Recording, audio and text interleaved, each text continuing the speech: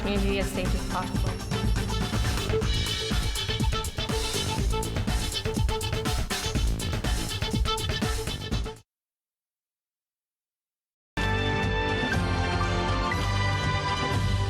So good evening, everyone, and welcome. On behalf of Unifor Local 88 and our Union and Politics Committee and our partners, the Woodstock, Ingersoll and District Real Estate Board. I said it right this week. Very good. I would like to welcome you to our Ingersoll Town Councillors Candidates Debate. At this time, if you have a cell phone, please put it on vibrate or turn it off. It would be greatly appreciated. We do want to have a lot to get through tonight with the number of folks sitting behind me on the stage. So we're very glad to be able to provide this opportunity to the community of Ingersoll, opportunity to ask questions of those who are running for council in your municipal election. We ask that all candidates and citizens of Ingersoll conduct themselves in a polite and respectful manner while they're here this evening. Unifor Local 88 does not take a position to endorse one candidate over another. We just simply provide the forum for the people of Ingersoll to get informed on their local candidates. As we run through this evening, I will give you kind of a bit of rundown on how things go in case you haven't been here before. But at this time, I just want to introduce myself. I'm Colleen Wake. I'm the chair of the Union and Politics Committee here at Local 88, and I will be your moderator for tonight. For timekeeping, we have Rachel Flagel, also a member of our Union and Politics Committee. Wave, Rachel. Yeah, good girl. And David Hilderly from the Woodstock, Ingersoll and District Real Estate Board will be doing the timekeeping. As you can see, our setup is a little bit different than you may have seen here in the past, a little more relaxed so that we can get to know the councillors a little better. We do have a runner. We have our microphone logistics person is Charlotte Johnston from Local 88 as well. So she'll be taking the mic from one end to the other. Okay? So when you see her running through, it's okay, she's supposed to be there. So, to start off the evening, the candidates will each have 3 minutes in order to introduce themselves. The candidates' names were randomly drawn in the kitchen in order to determine the order of seating and introductions prior to the meeting. We do have one candidate who is unable to be here with us this evening, and I will be reading his 3-minute prepared statement at the time of where he fell within the draws, which was 11th. So from the floor, the questions will be coming from the floor. They always do come from you, the people who will be making the decision going forward. We do ask, because we have so many candidates and we would like to get through the questions, you will have 30 seconds with which to ask your question. Okay, we do have a kill switch on all of the microphones, including the, including the one asking questions. So please make sure that you're able to get your question out succinctly so that we can get as much information from the fine folks behind me as possible. The questions will go in the same order that the introductions were. So the first question will be directed to my far left, your far right at this point in time. They will have 1 minute to answer the question and it will continue on. Each person will have 30 seconds and the opportunity to add to that if they so choose. The second question will go to the second person first, so on and so forth. And we're going to try and get through that twice. It is going to be a challenge with 12 people. That means 24 questions. Hopefully that's enough for you to be able to make your decision at the end of the day. We're hoping that we can get through all of that. If for some reason we do, we will then take questions from the floor and you can direct them at whomever you choose. And they will, again, everyone else will have 30 seconds to respond. At 8:35, once we're finished asking those questions, that's when they'll be cut off, no matter where we are in the standing. Each of the candidates will have 2 minutes to close and to say thank you very much and for being here. And then the hall will remain open for approximately an hour after that. And you can talk to them one-on-one and get to ask any of those questions that maybe you didn't get to at the microphone, okay? For the microphone, for the timing, as the candidates have already been told, with 15 seconds left, you will hear one bell. Keep talking. Means you have 15 seconds left. When you hear 2 bells, then you stop talking or I'll turn off your microphone. Either way, works great for me. Those guidelines will be strictly adhered to, and you guys have all been forewarned. All right? What's that? That's okay. You wouldn't be the first one up here to screw it up. And basically, we ask that when you come to the microphone to ask your questions, please be respectful with it. Please make sure it's a succinct question. And if you have already been up to ask one question and there are people in line who are standing and waiting to ask their question, please step aside and allow them to ask their questions so that we have as many people get involved as possible tonight, okay? That would be great. And with that, I'm going to move over there and we're going to start with our first introduction. So I will hand the microphone off over to Mr. Franklin.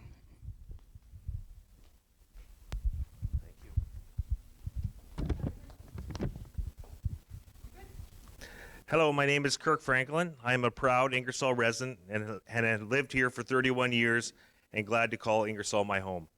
I would like to start by thanking Unifor for hosting this evening along with Woodstock Ingersoll District Real Estate Board. Thank you all for coming out tonight and I look forward to speaking with you one-on-one afterwards. A little bit about myself. I am married to a beautiful and supportive wife, Regan, for 17 years. And we have two amazing kids together. They are 14-year-old twins, Seamus and Reese, and they had just started high school this September. I am employed by a wonderful family-oriented company in town called Ingersoll Paperbox and have been there for 25 years. I also serve as a volunteer firefighter with the Ingersoll Fire Department and have been there for the last 25 years. I'm the only one of two volunteers that have been on this force for this long. We have the best trained fire department in Ontario, and I'm very proud of that. With the fire department, we have been helping raise money for muscular dystrophy with our firefighter boot drive for many years. This year was very successful, and we raised almost $8,000. So thank you, Ingersoll, for getting your change and your bills. I also enjoy doing public education, fire safety regularly. I have been involved in Stop the Dump from the very first rally that was held. I enjoy helping out with the Opal events over the years, including volunteering at Trashapalooza, swap meets, and collecting signatures to residents to send to the Ministry of Environment in protest. I will continue to fight this proposal as long as it takes. We are not willing hosts, and we demand the right to say no. This is definitely not a done deal. I also been attending the Thames River cleanup with my family for the past 11 years. I am passionate about taking care of our precious water and take pride in how our town appears. I'm a proud Indigenous man who values our land and water. We need to keep this very important event going because I think this last year didn't happen. Another thing I enjoy doing is volunteering in the Woodstock District Developmental Services annual fashion show fundraiser as an emergency service community member, and I look forward to doing it again. I also have strong feelings about our senior citizens. We're losing so many of our seniors to other municipalities due to housing issues. We need to change this. We need to find more affordable housing for seniors. Our seniors matter. I love this town and would like to and appreciate your vote on October 22nd. Please trust me, Kirk Franklin. Be your voice. Thank you. Thank you. Mr. Berridge. Thank you. My name is Eric Berridge. I've been a resident of Ingersoll for just over 1 year now. I am a retired police officer from the City of Toronto. I was there for 30 years serving the community. I did that in numerous ways. I was a patrol officer in a squad car for the first 6-7 years of my career. I did foot patrol, where you go and talk basically to everybody. I did scenes of crime work, such as photographing, lifting fingerprints. I also was in the traffic office for 10 years investigating accidents. A lot of experience learning how to speak to people and how to help people. A traffic accident is a moment of crisis for a person, whether at fault or not at fault. A lot of experience in that. I was also in a planning office for 5 years. That entailed budgets, some of them well over millions of dollars. Also learning where police officers need to be deployed, not only just for crime, but during special events and festivals. The last 6 years of my career I spent as a community school liaison officer working in over 30 schools in the West End of Toronto. What I did there was basically whatever that school needed. I ran sports clubs, I helped in chess clubs, in the arts and music. I developed spelling bees for students that wanted to engage in such activities, and also spelling bees, chess clubs, anything I could to help a student. I was involved one-on-one with principals dealing with students in crisis, some of it with mental health, some of it simply getting into trouble. I was involved in a lot of campaigns, including anti-bullying campaigns. Since moving to Ingersoll last year, this past spring and summer, I coached baseball with a group of 13-year-olds, basically doing the same thing, helping them with their life skills, as well as enjoying baseball. This winter, I came with coaching credentials in both baseball and hockey from when my children were little. This winter, I'm coaching hockey in town as well, this time with 9 and 10-year-olds.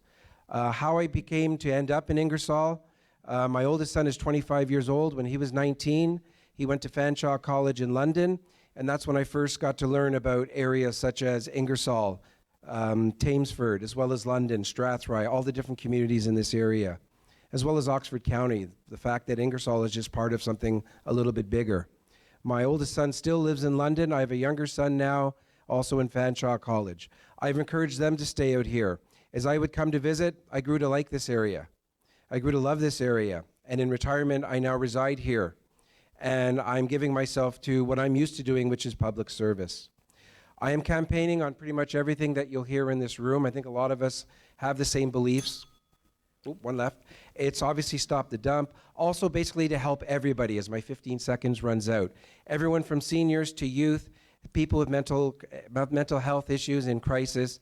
The big thing I learned is when helping people is to act. Thank you very much.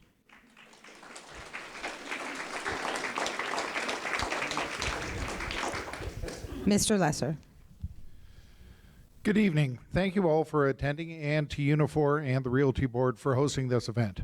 My name is Gord Lesser. I've been an Ingersoll Town Councillor for the past 12 years, and it has certainly been a rewarding experience. And that experience is one of the assets that I bring to the table. I've worked hard to see that the town of Ingersoll has moved to a strong financial position where we use our reserves and do not borrow to pay for infrastructure and equipment as some of our neighbors do to keep their taxes artificially low.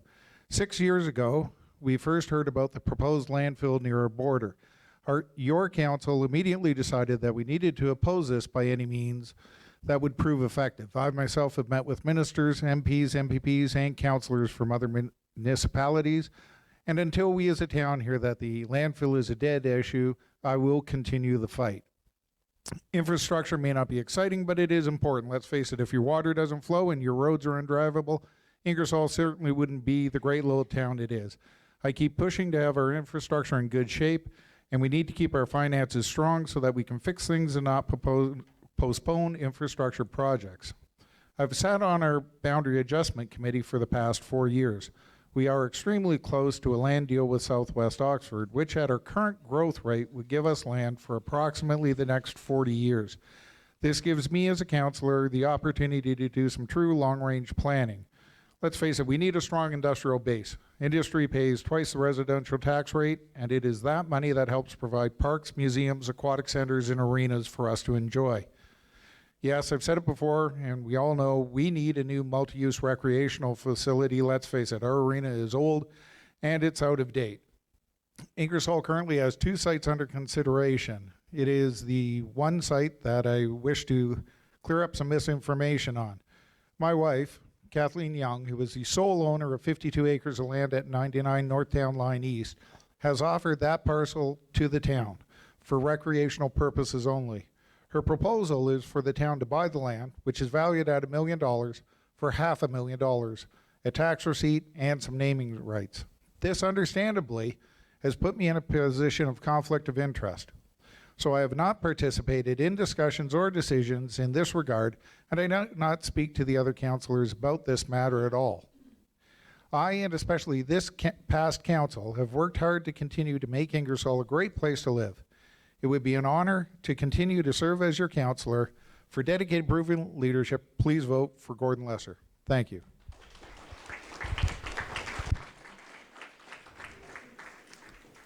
Thank you very much. And Mr. Bowman. Thank you. Good evening, everyone. I would like to thank you for taking the time to attend this evening, and thank you to Unifor and the Real Estate Board for hosting this Candidates Night. Some of you may already know who I am, but for those new to our community, let me introduce myself. My name is Mike Bowman, and I am a candidate for Ingersoll Town Council. For most of my life, I've called Ingersoll my home. Married to my loving and supportive wife, Charlene, I have been co-owner of a family business in downtown for more than 30 years. In addition to serving on Town Council for the past 4 years, I remain an active member of the community. I am also a Chamber Board Director and a past President of the BIA.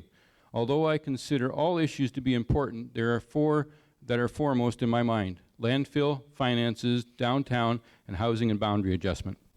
Landfill. Certainly the fight against landfill will continue to be front and center. Over the past 4 years as an elected official, I have approved the allocation of funds to assist this fight. I have met with ministers, MPs, and MPPs, and other municipal leaders to bring to their attention our concerns with this landfill proposal. I will continue to support the fight against the proposed Walker landfill in Zora. I will continue to keep this issue in front of the Ontario government and pressure them to resolve this issue in our favor.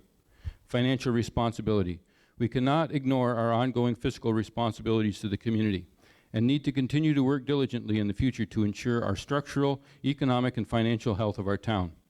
Over the past 4 years, while we have experienced tax increases, we have not incurred any new debt, while continuing with capital projects and increasing our reserves to fund future needs and obligations. This strategy has put the town of Ingersoll in a good financial position. I will continue to take a responsible approach towards our budget, asset management, and infrastructure in order to protect our current and future assets and maintain a close watch on upper-tier transfer cutbacks and increasing costs as we strive to keep our municipal budgets in line and in order. Downtown. As a long-term business property owner in the downtown, I continue to take an active role. I continue to support the downtown BIA and have done my part to move forward the beginning steps towards a heritage building preservation plan. I have also pushed to see that the long-awaited community improvement plan finally got put together and adopted.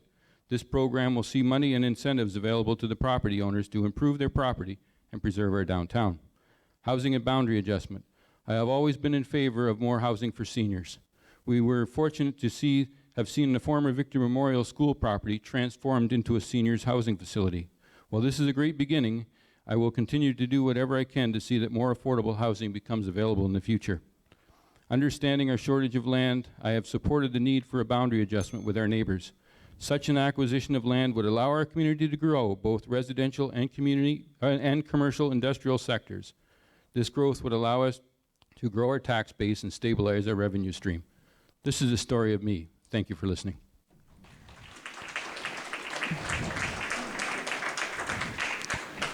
Thank you very much. Mr. Petrie. I promise mine's not as long. Thank you, everybody, for coming. My name is Brian Petrie, and I'm running for councillor. Can you please treat the microphone like a microphone, not a lollipop? Awesome, thanks. I'm very sorry. That's They want better, to hear right? you. Sorry, my name is Brian Petrie, and I'm running for councillor. Thanks, everybody, for coming out. I'm for keeping Ingersoll affordable, a financially responsible and secure Ingersoll, and, of course, stopping the landfill. Over the last 4 years, I've proven that I'm always prepared to handle the business that council face. I research the issues that are important to the community, and then I'm transparent and accountable. You can see all this at my website at councillorpetrie.com, including all my expenses for the last 4 years. They're all there. What I hope to accomplish over the next 4 years. I want to complete a long-term financial plan so we have a clear way forward for the municipality. I want to complete the boundary adjustment to gain the much-needed employment lands that we need. And I want to complete another strategic priorities session. This will allow the community to identify the items that council needs to focus on. So again, I want to keep Ingersoll affordable, have a financially responsible and secure Ingersoll, and of course, stop the landfill. Thank you.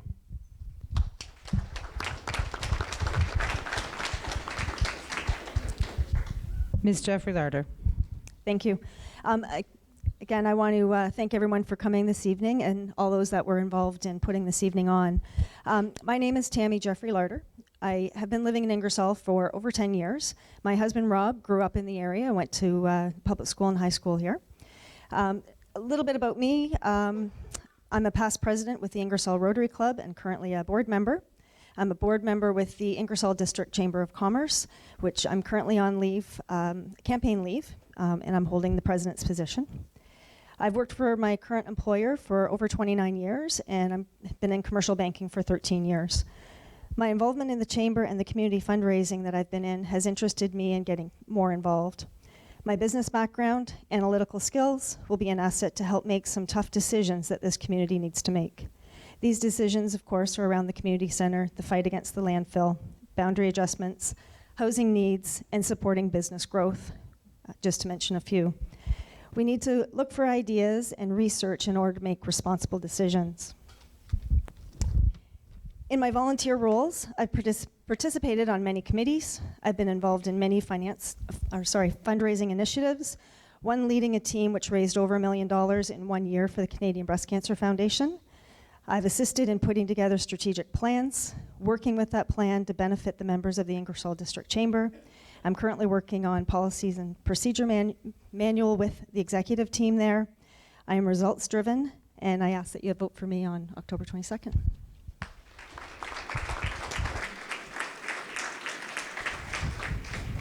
Thank you. And Mr. Huntley. My name is Dick Huntley, and I'm a lifelong resident of Ingersoll. I was born in Ingersoll and raised in Ingersoll area.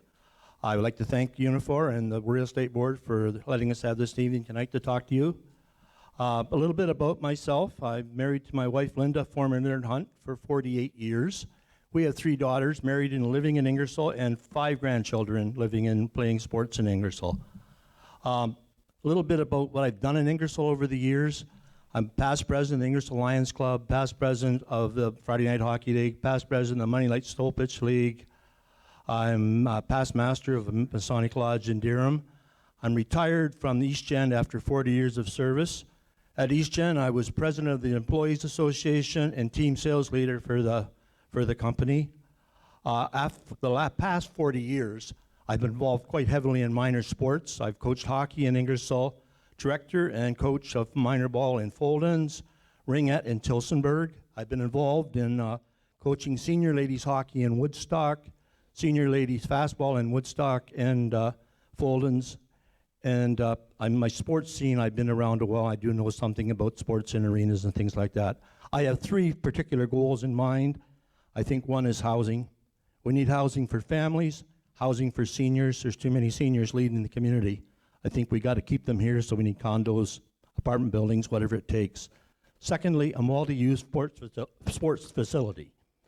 With that, I mean something that can expand. We need a nice surface, an indoor walking track, a gymnasium, rooms for the seniors. And third, and most important, fresh air and clean water. And that encompasses a lot of things, but most particularly, we got to continue the fight against Walker's Dump. Thank you for your time. And on October 22nd, before you vote, think about Dick Huntley.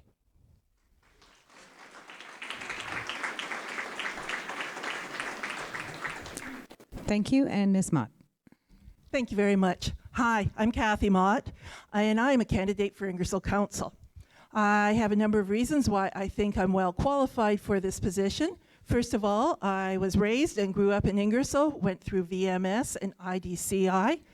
My family has an extensive background in community participation, and I knew more about the town from around the supper table than was ever in the newspaper, and I always heard it before it hit the newspaper. Thirdly, I was on Ingersoll Town Council for the 2010 to 2014 term. I was very proud of what I did that time. I learned an awful lot, and I have stayed current with the issues that are going on. I believe that when I'm elected this time, my learning curve will be much shorter and easier. I do know, though, that there will still be a lot of new things to learn. And finally, I have personally have extensive volunteer work in town. Last time I counted, I am currently on more than a dozen, as in 12, boards, committees, and projects. I'm very proud of what happens with this. I am not in any particular order. I am treasurer of Stitch Supper Club. I am a worker on Lunch Bunch. I am secretary of the Ingersoll and District Historical Society, have been ever since I came back home. I am secretary of the Ottsford County Museum School. I am on the Ingersoll Public Library Advisory Council.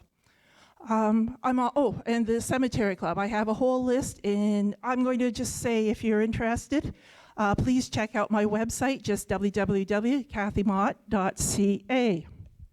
And I need a piece of paper. Okay, so my platform has 3 particular pillars in it. First of all, I'm concerned about the environment, or what's happening to it, to the town's economy, and to the quality of life that we all have to deal with here. And each of these issues overlap onto each other. First and foremost, I'm against the dump. I was on council when it was announced. I started fighting it on council. When I became a civvy again, I have been working with the Oxford County Coalition for Social Justice extensively there. I believe I'm treasurer on that board. And I've made signs, had people write letters, been in parades, help organize events all around. So that's it. Seniors, I'm always talking to people. I almost was late tonight because I was talking. Mike had to come and pull me out. I was talking to a senior who is concerned about housing. Okay, senior, we've got to have more housing. That bell could not have been for me. I'm worried about health. We've got to get more mental health services, more all health services around here. And my unusual one is... Thank you. Thank you.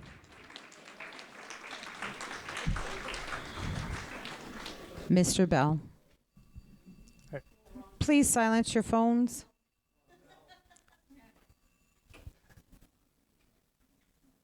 Thank you. All right. First off, I'd just like to thank Unifor and the Ingersoll District Real Estate Board for hosting tonight. Thank you to all the candidates, and thank you to everyone else who made it out here tonight. Thank you to everyone who's watching the live stream. My name is John Bell, and I'm truly grateful and appreciative of the opportunity that is before me to represent our wonderful community. My beautiful wife and I, Nicole, moved to Ingersoll 4 years ago. We got married at Ingersoll Golf Course 2 years ago and had our first child, our son Jack, this past year. I have a college diploma in police foundations from Conestoga College and a university degree from Brock University for sports management. I've spent the last 6 years working for the City of Waterloo and Municipal Enforcement. During my time with the City of Waterloo, myself and another officer have created and maintained a public education committee which plays a vital role in community outreach in an effort to manage the influx of nearly 60,000 students that enter our the community every single September. I also sit on our staff training committee, and I am the liaison for our department for the BIA and the Uptown Community Resource Officer for Waterloo Regional Police. Along the way, I've also picked up several designations with training in mental health first aid, risk management assessment, nonviolent crisis intervention, and conflict resolution. I can tell you on a number of key issues, I am 100% against the Walker dump and will continue to bring the fight against Walker. There is a clear need for affordable housing in Ingersoll, and I think a clear, well thought out plan that takes into account changing demographics, diversity, and future development is required.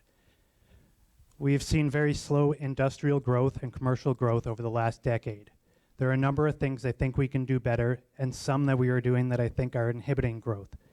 The new multi-recreational complex will need to be inclusive to the needs of everyone in the community and represent something we can be proud of as a community. In the past, I have worked with Niagara Sports Commission conducting economic impact studies. And I believe there is an opportunity to market our town through recreation that would benefit the entire tourism sector.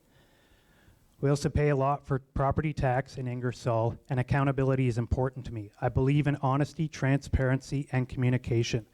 I'm the type of person who is not afraid to tell you I don't know something, but I will ask questions, I will do my homework, and I will work hard to make sure I am always making an informed decision. I look forward to answering your questions here tonight, and will welcome anyone who's watching online or anyone who doesn't get a chance tonight to reach out to me. I have pamphlets over in the corner that'll have my phone number and email on it, and ask me questions anytime. Thank you.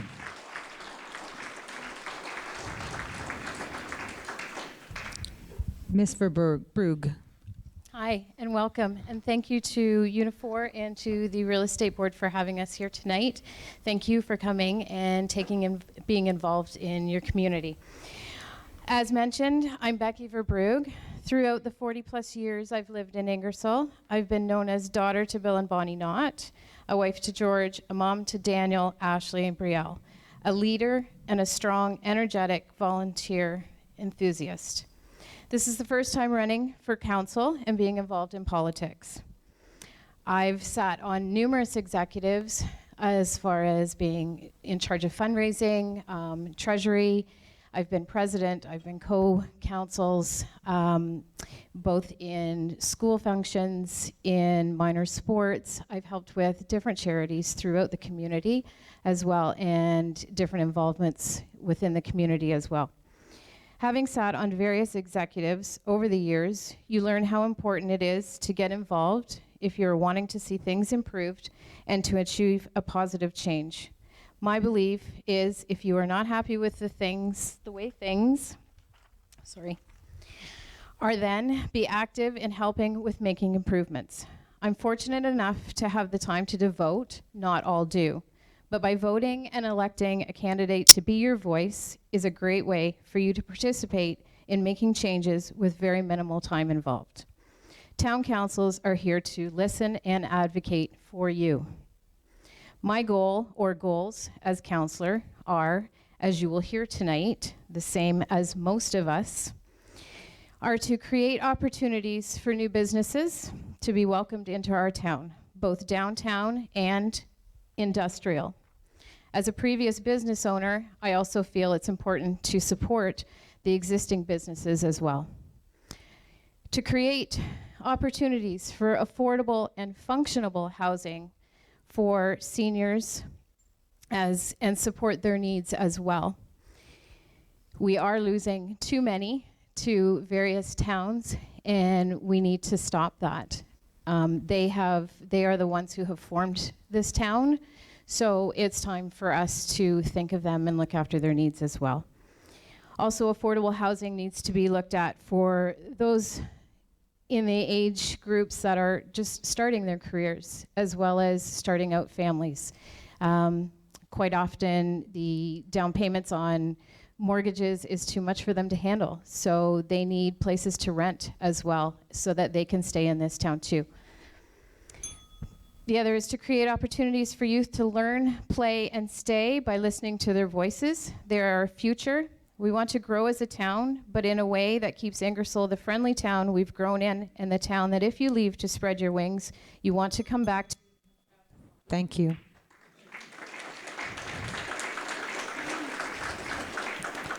And I will now read the introduction from our candidate who is unable to be here, Mr. Rick Hughes. And I do have my finger on my own kill switch, just so you know. Good evening. As you can see, I'm not here this evening. I am out of the country on a planned vacation in celebration of our 30th wedding anniversary. In an effort to be involved and available, I will be watching the live stream, and through the miracle of electronics, will be available via Skype to answer any of your questions. Please look for my daughter, Christina, after the event. I was born and raised in the Ingersoll area, lived here with my wife for 30 years, raised our 2 daughters, and made our home here in Ingersoll. I volunteered as a coach for 10 years with the Ingersoll Soccer Club. I'm one of the founding members of the Architectural Conservancy of Ontario, Ingersoll branch. We work to save the Carnegie Building, which has now been designated in private hands and is currently being restored. We also worked with the town to establish a municipal heritage committee. I have been the president of the Colombo Club for 14 years, managing the facility for 10.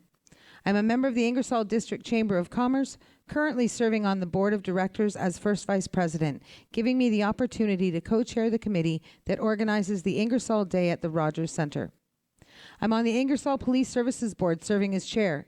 We oversee the OPP and ensure that the community interests are communicated to the OPP and ensure that the town receives the services we pay for. I have made our meetings more open and transparent, holding these meetings at the town hall, and our agenda is now posted on the town website.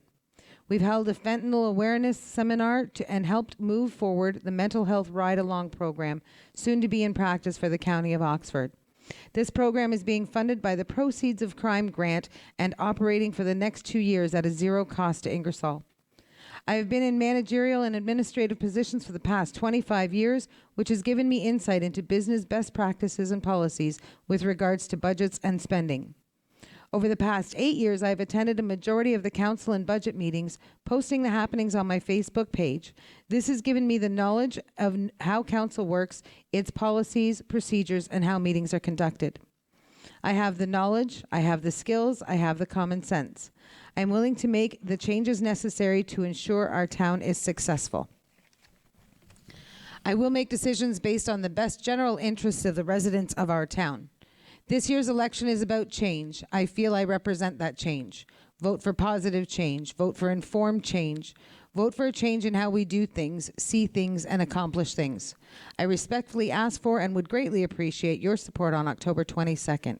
I would like to thank Unifor and the Woodstock Ingersoll District and Real Estate Board for the opportunity to participate this evening. Thank you for your consideration.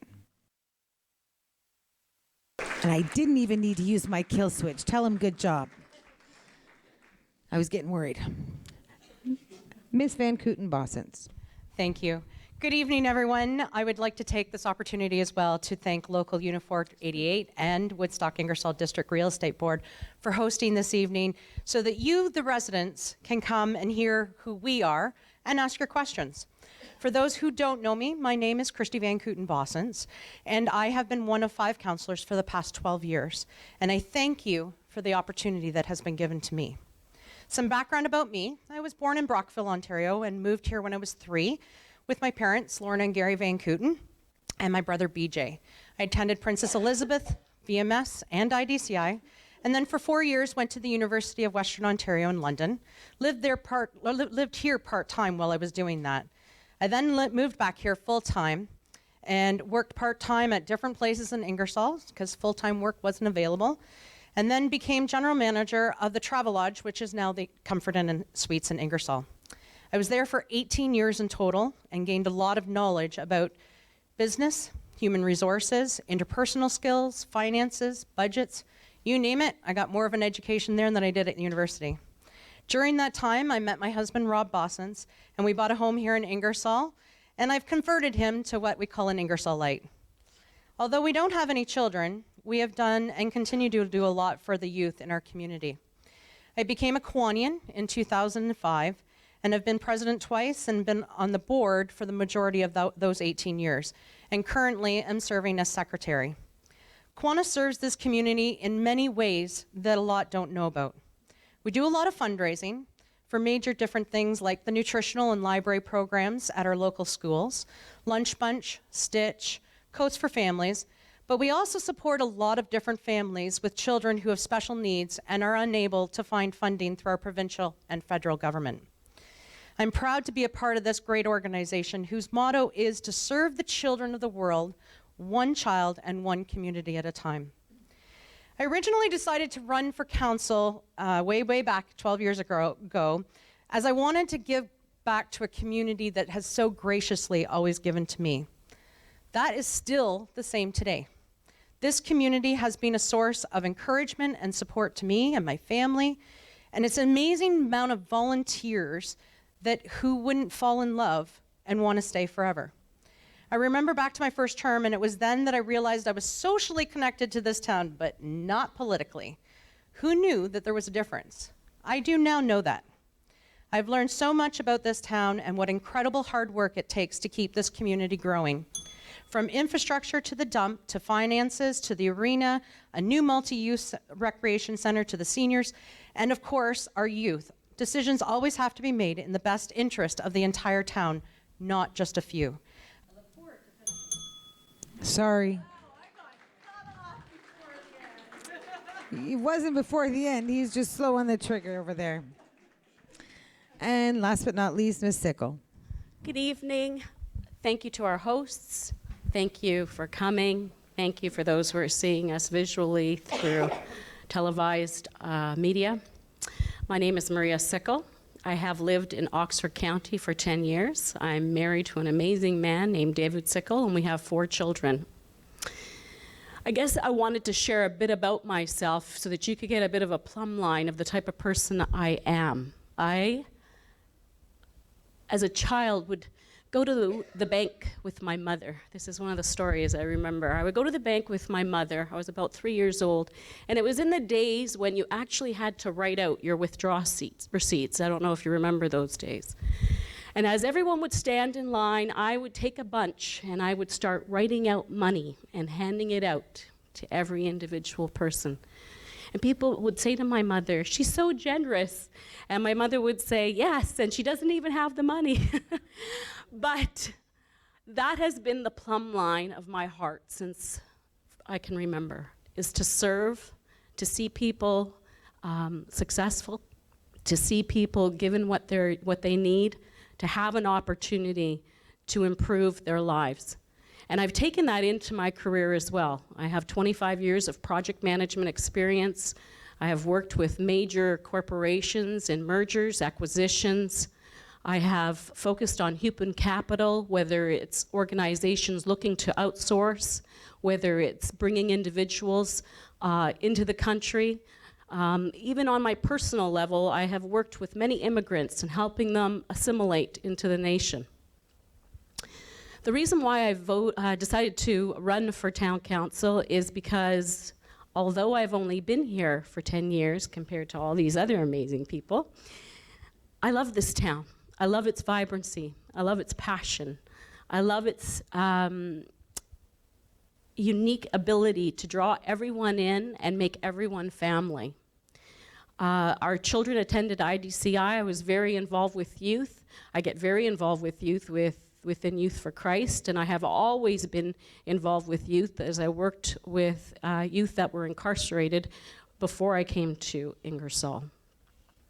I have always given, even out of my lack. I've always taken the opportunity to bless individuals as they come into situations where they may find themselves unable to assist themselves, and that's just the plumb line of who I am. And so now, at this point in my life, I want to give back to this community, and I want to be a part of this community where I could be your voice, delivering what you need. And although the dump is a criteria and senior home issues are a criteria, we also need to have a vision of things that could. Thank you. So we'll now move to the section where you're able to ask questions. Just a couple quick reminders as we head into that portion. If you are someone who is running for office currently, please state your name only. Do not state that you're running for office. That's not fair. That's a little bit of campaigning. Secondly, you will have only 30 seconds to pose your question. If you have something longer, that's something you need to discuss with the candidates after the fact. But the initial question that you get to ask at the microphone, 30 seconds, and I will be turning the microphone off.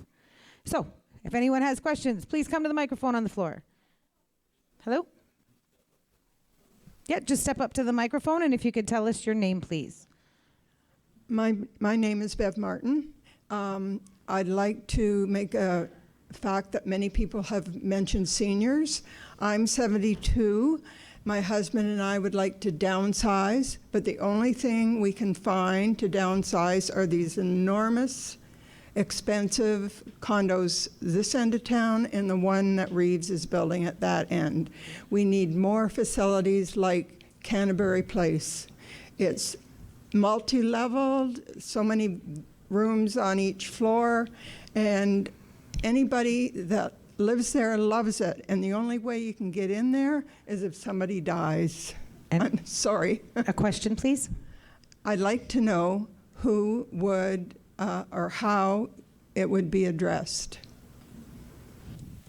And we will start the question with answers from Mr. Franklin.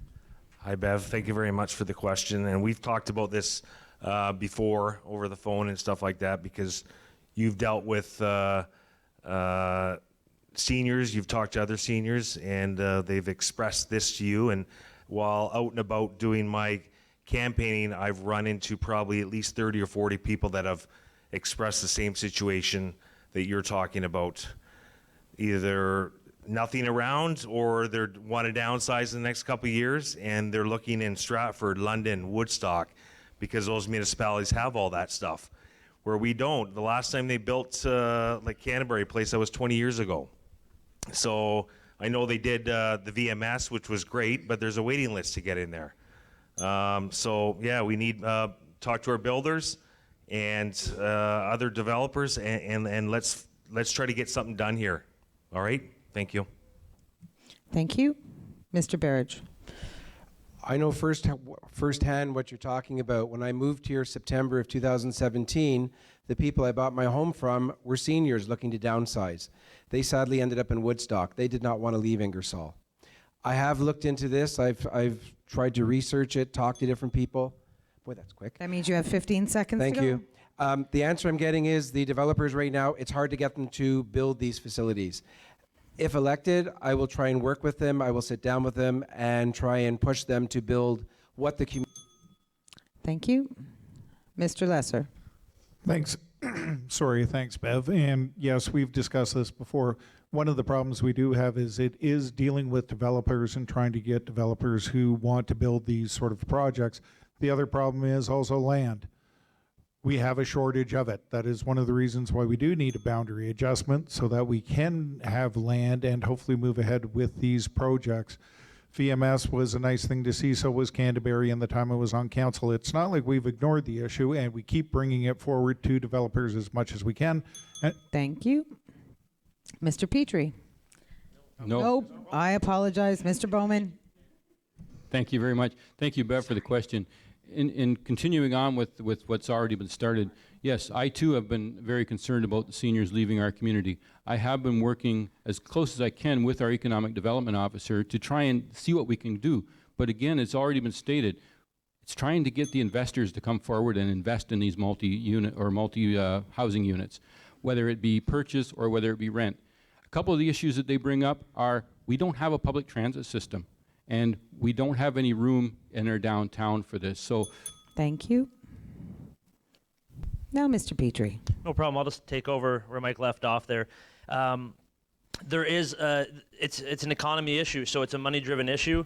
The people who build these type of things are also building homes. Right now, they can make $200,000 easy on a home and walk away.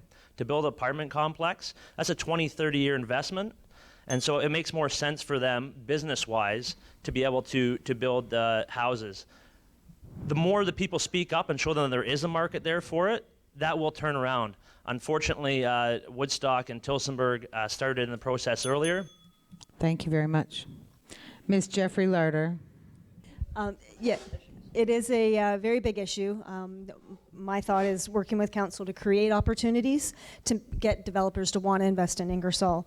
We want to keep lifelong residents here as well as young people, because it's not just seniors leaving, it's young people leaving as well, and we want to keep them close. So creating jobs, creating more affordable housing is what's going to help Ingersoll grow, and the boundary adjustment should help to rectify that as well. Thank you. Mr. Huntley. I think, Bev, the key is to get these apartment buildings built in downtown sector if possible. We do that, all of a sudden, maybe in a restaurant pops up, another business. These seniors don't want to walk. They want to walk. They don't want to drive anywhere if they can help it. So maybe if the arena goes down, that could be a possible spot if we can make deal with Upper Thames or whatever. But there is some land. I think we just have to refocus a bit of the land, and it could be possible. Thank you. Ms. Mott. Thank you very much.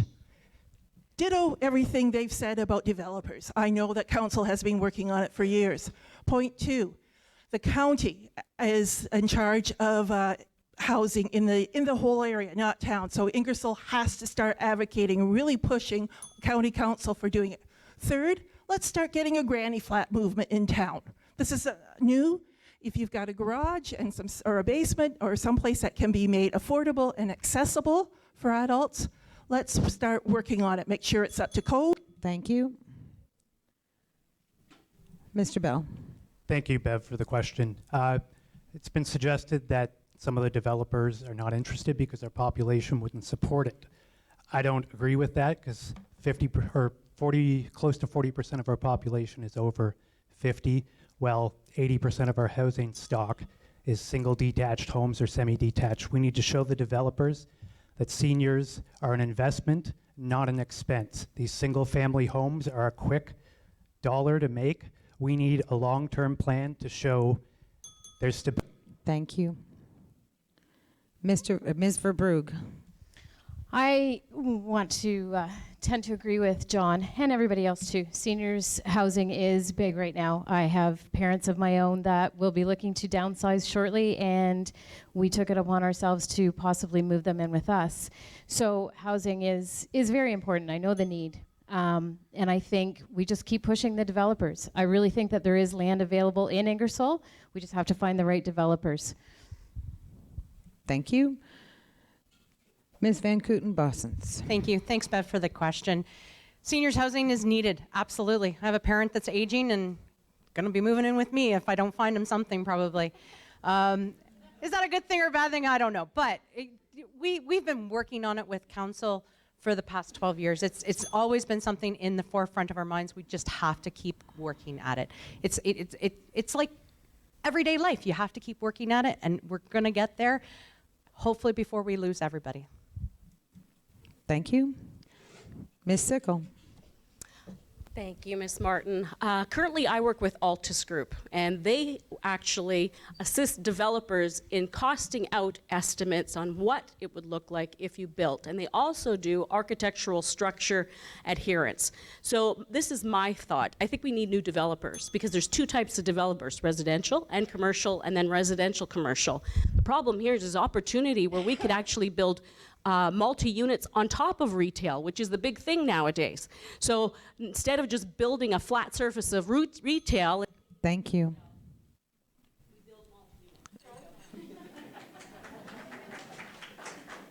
Thank you.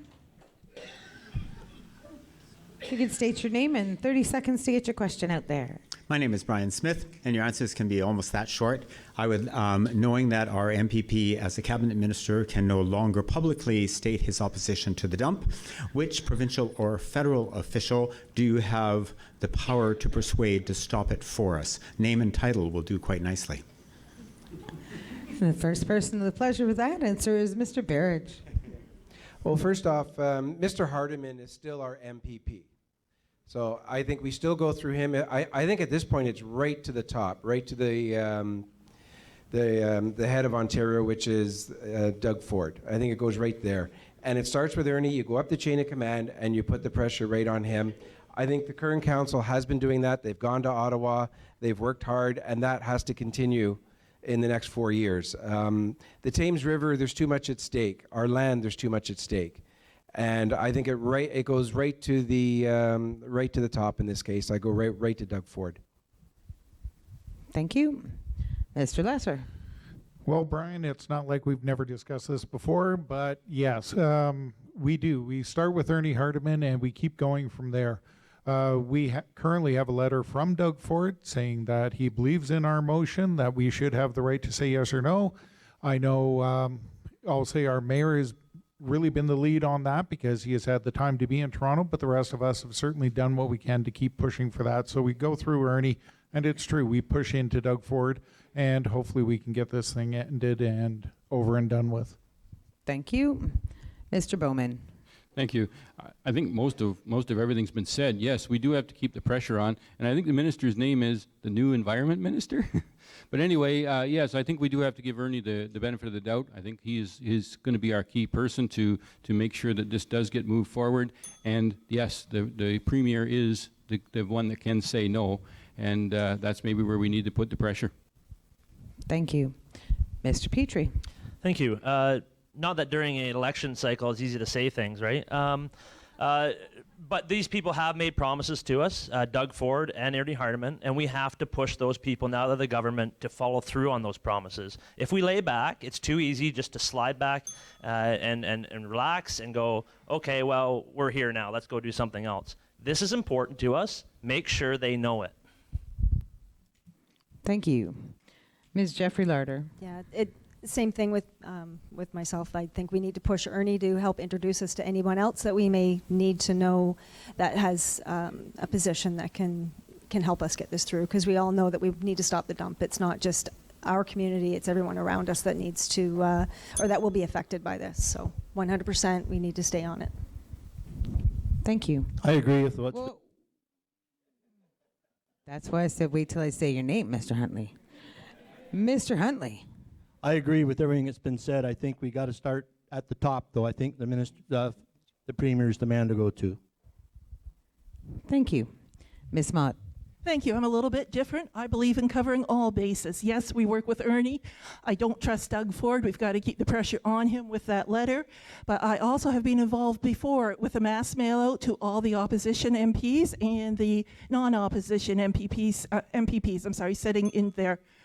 And it's a lot more fun being in opposition than it is in being the government. And we got a lot of responses from the opposition. And I think we need to put pressure on the new opposition and get them on our side and get moving.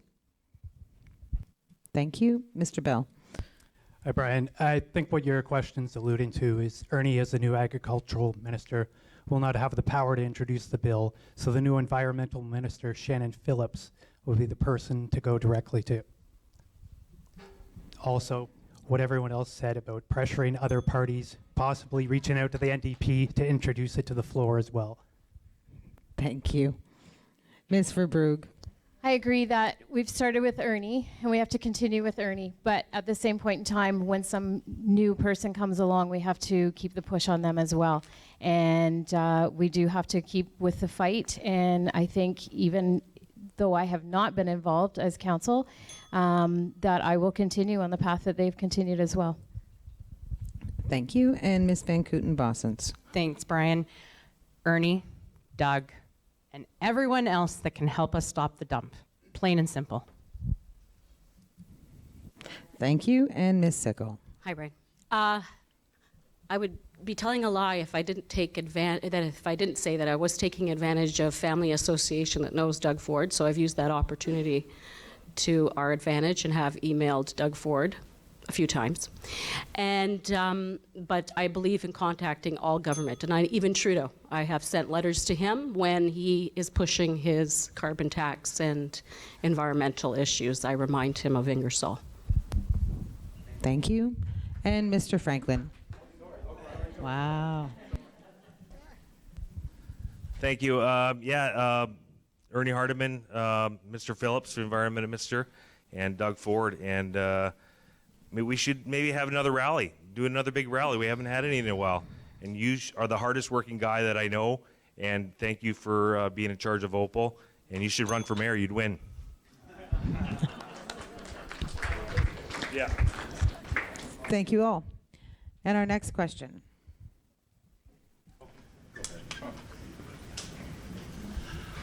Hi, this is going to be quick. Howard DeJong.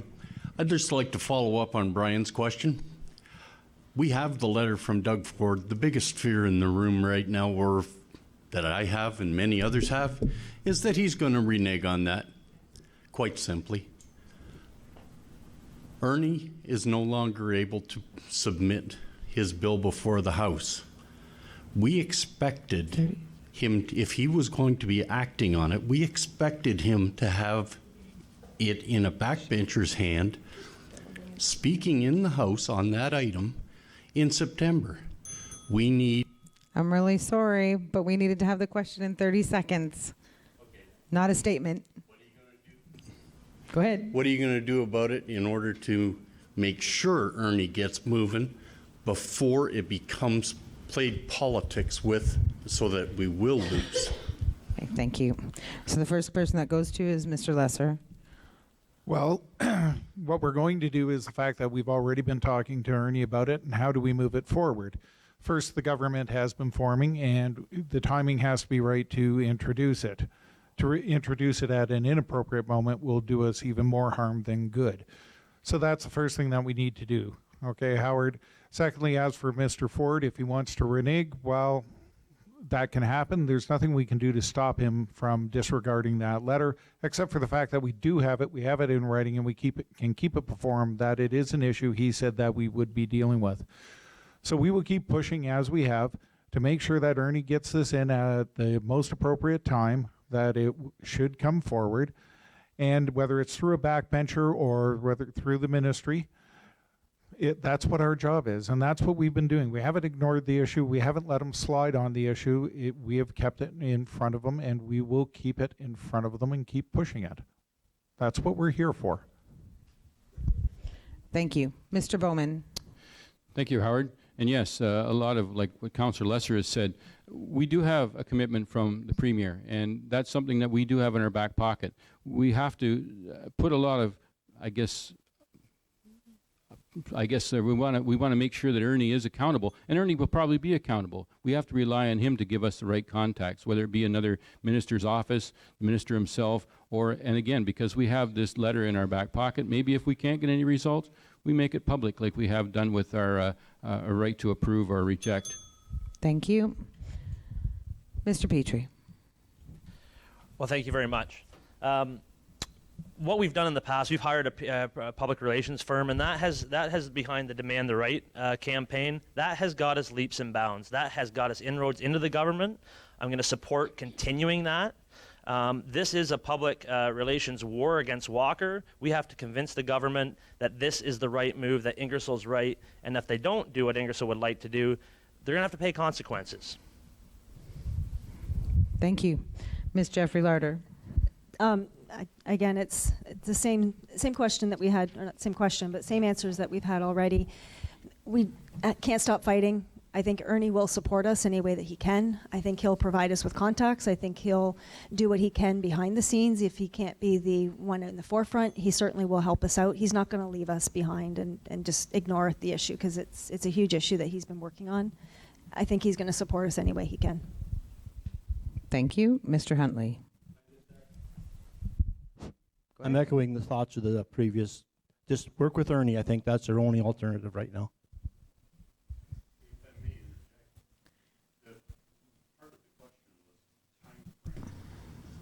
How are you going to get the time frame going? We want to get it now. Okay. 6 months from now. The question is doesn't work. regarding the time frame. If we can have you direct your answers to that, and we'll move on so that we can make sure we get as many questions as possible in today. So, Ms. Mott. Hi. Time frame's important for us, but I agree with what Gord said, that you have to wait for Ernie to call the appropriate timing. But while we're doing that, I think we should be in the mail, on email, to members of the opposition, the ones who have successfully fought environmental issues in other spots in Ontario. I'm pulling a blank on their names right now, but they're eloquent, they've been successful, they're being supportive, and let's pull them in and get one of them to help push this bill through. Thank you. Mr. Bell. So the commitment from the PC party is great and all, but to cover all bases, something we can do while we're waiting on them to act immediately is look to the opposition party, NDP, which publicly did support stopping the Walker landfill coming here. We can talk to them immediately, pressure them to possibly introduce the bill on their own, so it's not convoluted with other issues when it's introduced at the convenient time frame of the PC. That's something we can act upon immediately and bring new parties onto our side. Thank you. Ms. Verbrugge. The old saying is, good things come to those who wait. And so, hopefully everybody wants it done quickly. Everybody wants it done yesterday, right? To hear the word that the dump is not coming here. I can be just as impatient when waiting for things. However, I think we have to trust that the people that we've put in place to help fight for us, they'll come through for us. And I firmly believe that. Thank you. Ms. Van Kooten-Bossens. Thank you. We need to stay the course that we're going. We've gotten the PR firm. We have to continue with that. We'll keep putting pressure on that. It might take us a little bit longer at this point, but I think that we have to wait for Ernie to give us that time frame as well, that we can get things done. Guess I'm echoing a lot of what's been said. So, thank you. Ms. Sickle. I respect what everyone else has said, but from a corporate perspective, the one thing that I always question is this: why hasn't the city or the people in the accumulation put a class act suit against a Carmoose? Because from a corporate perspective, they were never given the authority to use or sell that land for the purpose that they did. And so my question is, why hasn't a lawyer been hired? Why haven't we put a class act suit against what they've done so that we can put an injunction to stop it? And then let government come in. Thank you. Give her a moment to get the microphone to the other side. And Mr. Franklin. I echo what everyone else has been saying. It does take time, and I think Ernie's going to let us know when the appropriate time is for him to introduce it or get someone else to. And like John Bell said, maybe get the opposition to work with them to introduce a bill. Thank you. And Mr. Barrage. As far as I'm concerned, we've already lost time. We were told something, and now we're told you got to wait. Because of the situation. I think the garbage is coming from Toronto. Queen's Park is in Toronto. It's time to start putting as well pressure on Toronto. No community wants a mass garbage coming out of that city of 3-5 million people. It's time to put pressure on them. It's trying to find them to put pressure on them to find ways internally to keep it, so no community has to put on it. Thank you very much. So we'll move on to the next question. Just a reminder to those that are coming forward, in order to make sure that we get all as many questions in as we can, you will be limited to 30 seconds at the microphone. Please formulate your question within those 30 seconds. Hi, my name is Liz Van Ryswick. My question is regarding condo fees. The big issue right now with seniors and condos. Is there any committee or any committees that regulate what they can charge for condo fees? Because I've heard so many horror stories where different places where people live, how much they charge for condo fee. Thank you. So the first person to answer that question will be Mr. Bowman. Thank you for the question. I don't know whether I have an exact answer for you as to whether condo fees are regulated or not. I do know that it is a big problem for a lot of the seniors when they do want to move into a condo. It can be almost, in some cases, as much as a mortgage payment. And I think that's why we need to maybe look at units that are rentable. I know in some of the seniors I've talked to, and some of them that I know of but moved away, have sold their homes in order to get the equity out of their homes in order to be able to travel. They didn't want a commitment of buying property. And so they were looking for a rental unit that they could be able to enjoy and then only have maybe a 1-year lease. Condo fees, I don't know whether I can answer that. Thank you. And Mr. Petrie. Thank you for the question, but truly council doesn't have a say over council fees or condo fees. Condos are private entities, and what I would recommend is if you're looking to get into a condo, look at the age of the building, what the condo fees. The older the building, the more work it's going to need, and that's going to raise your fees over time. Newer buildings need less works, but if you're going to be there for a long time, it is going to go up. Do your research. Same with any planning decision. Look around the community. Do your research around you as well. If there's a vacant lot beside you, someone can build something on there that you may not like. Thank you. Ms. Jeffrey Larder. I think one of the comments that Mike made is very important. I don't know that condo fee or buildings with condo fees are what's the right answer. I think it's rentals. I think people are looking for something they can rent. I know when I get to that point, I don't want to own. I want to rent when I want to retire. I don't want to have to worry about the upkeep. Thank you. Mr. Huntley. Ditto on the rentals. Thank you. Ms. Mott. Thank you for your question. I've lived in condos in my student days, and my condo fees were always buried in my rent, so they weren't a problem. When I was on council, and actually way back when I worked in the land registry offices, I never saw any legislation that affected condo fees. They came from the boards. So as far as I know, we can't do anything about that. But you have given me another issue and another point to be aware of when people talk to me about where they're moving to. And I thank you for that, because I'm going to also always make sure I give a heads up to people about the condo fees. Thank you. Thank you. Mr. Bell.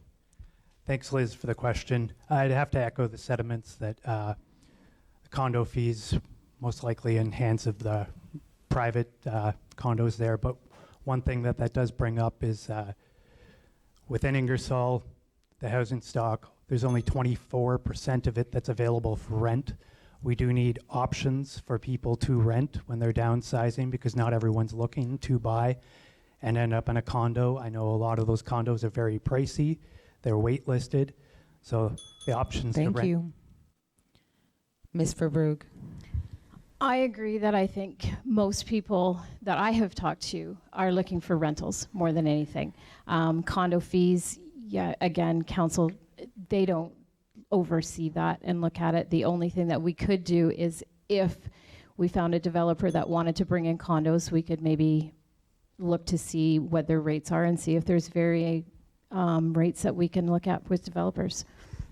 Thank you. Ms. Van Kooten-Bossens. Hi, Liz. I honestly don't know. So I tell you what, I'll look into it and I'll get back to you, because I know you personally, and I don't know about condos fees. I don't deal with that on a day-to-day basis, but I'll find out for you. Thank you. Ms. Sickle.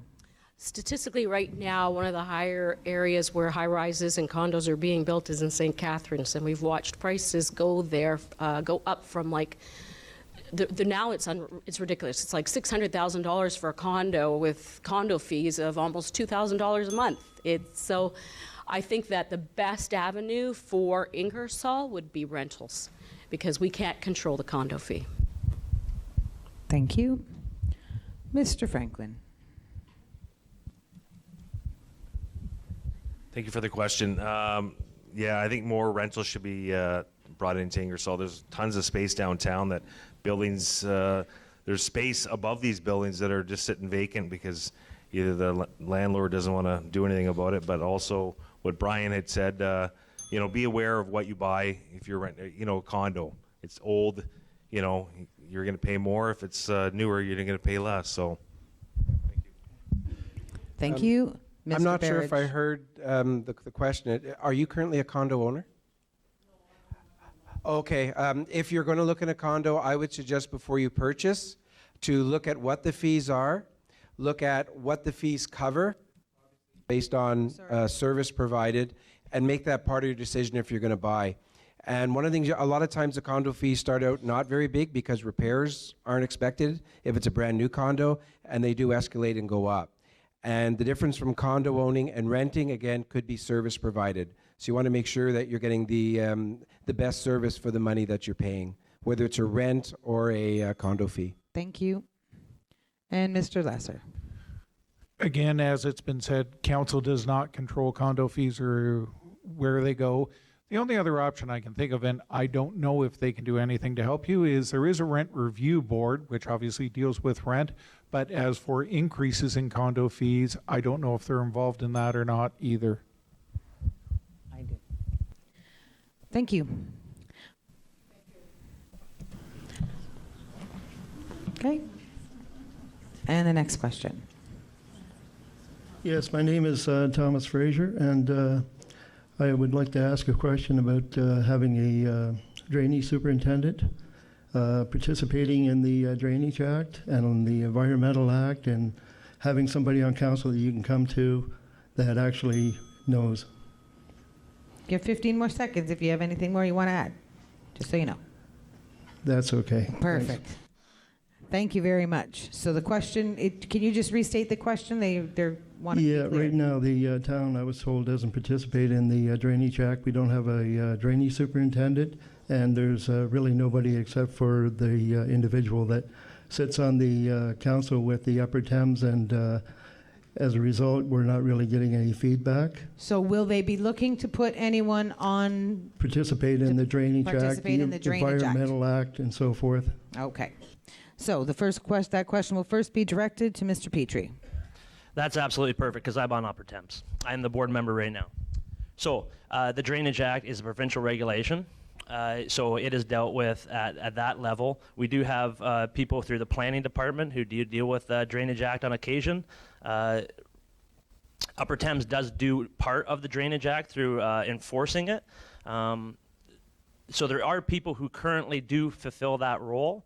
I don't know how much, what else you would like to see in that, but we can always discuss that later. But as far as there are people who do take care of the Drainage Act, which is a provincial regulation. So. Thank you. Ms. Jeffrey Larder. So if it's an issue for residents, then we certainly need to look into what we can do for them. I can't give you an answer on whether we would put someone in place for that, but we certainly need to look after the needs of our residents, because we're the voice for you, and look for, not necessarily opportunities, but look for help. Thank you. Mr. Huntley. At the time, I understand we do not have anybody in that capacity, but I would say that if the next council or the present council could look into it, and like Brian says, maybe it's an Upper Thames issue and not an Ingersoll Council issue. Thank you. Ms. Mott. Thank you. When I was on council, I was the town's representative on Upper Thames. I had people come to me in town who had drainage issues. I went to the Upper Thames staff and to the director to advocate for I could not advocate for specific actions, but I could advocate and took part in investigations. Whether or not it comes out, the investigation will be the way you want it. Thank I you. don't Mr. Bell? So, as mentioned, we do have a council member on the Upper Thames Conservation Authority, and it is at a provincial level. In regards to whether it being a particular issue, if I was someone in council, and I understand you have a particular issue, I'd be more than willing to do my homework and sort of come at what your issue is so I can understand it and better fight for you on that level.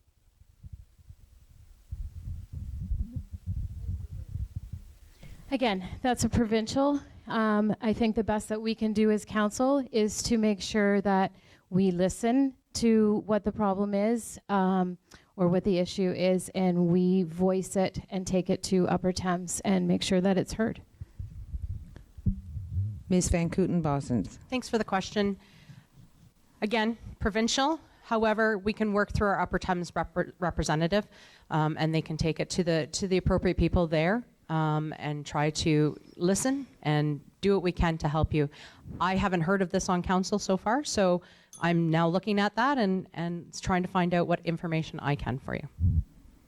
Thank you. Ms. Sickle? Although this would be mitigated through another government, I would be more than willing to help you work through this, whether it be providing letters and even showing up so that we could mitigate your issue. Thank you. Mr. Franklin?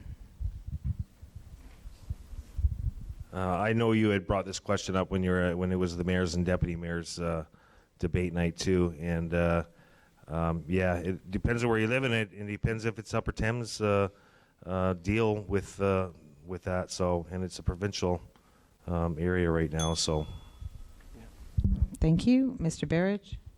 I would echo the same. From what I've heard, this is a provincial issue, but at the same time, town council should be supporting and helping you any way that it can. And I don't know how much more of that will be or if it's going to solve the problem, but definitely council should be there supporting you. Thank you. Mr. Lesser?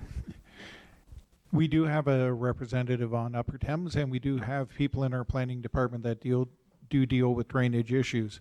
We talked about this 3 weeks ago when I was door knocking at your home. The best thing I can say at that time is I asked you to forward information to me, which I'm still waiting for. So if you forward it to me, then I can actually do something with what your exact situation is. Sorry, it's also up to someone who has a problem to get the information to us, or I don't know exactly what I'm dealing with. Thank you. And Mr. Bowman? Thank you. Yes, I have to echo the same thing. It is a provincial regulation, and as was already said, it depends on where you live in town, whether you have a beef with the Upper Thames or have any problems with them. Again, I think that you need to bring it to our attention. I don't know what we can do rather than turn it over to our Upper Thames representative. And but yeah, as same as has been said around the forum here, I would be more than willing to help wherever I can. But again, it's a provincial regulation. Thank you very much.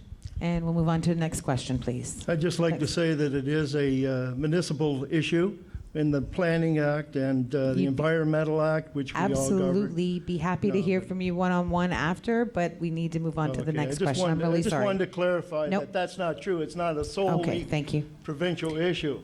Thank you. The next question, please. Hi, David McRoberts.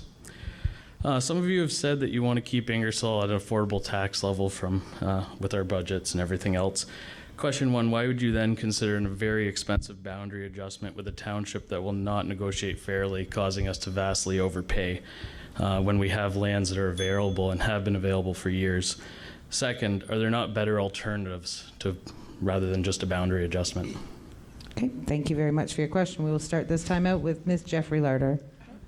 So I haven't been involved in discussions on how much we're paying for land with a boundary adjustment. We do need a boundary adjustment in order for the town to grow. Again, it's hard to say when I haven't been involved. I certainly, with my financial background, we need to make sense. The decisions need to make sense.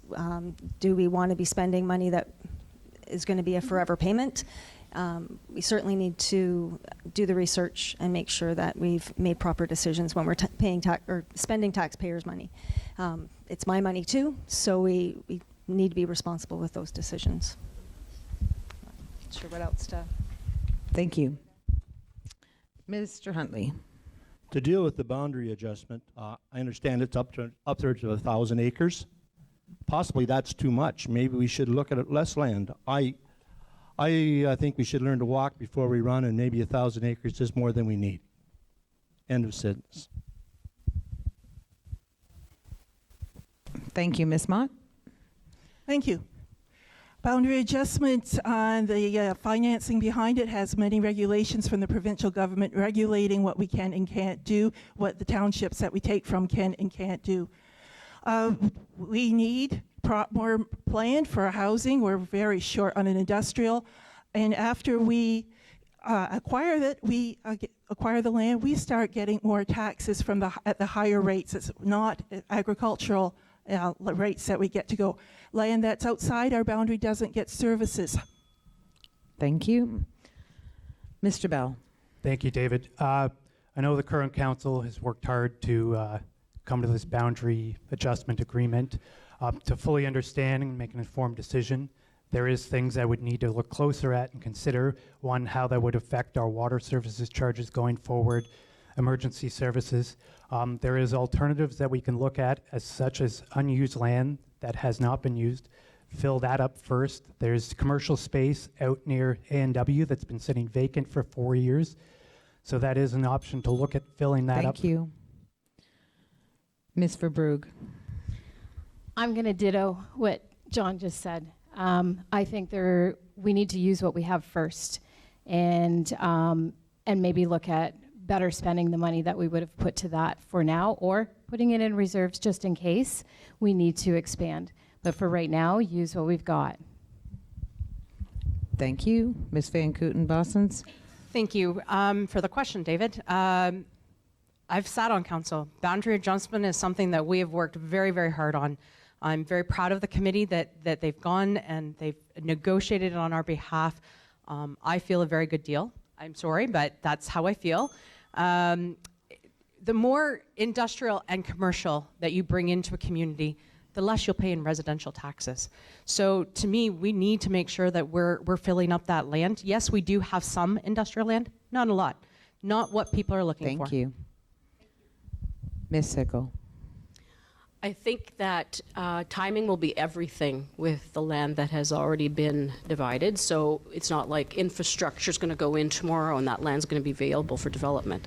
So I do believe that while we wait for all of that to occur, we need to be active with the land we have.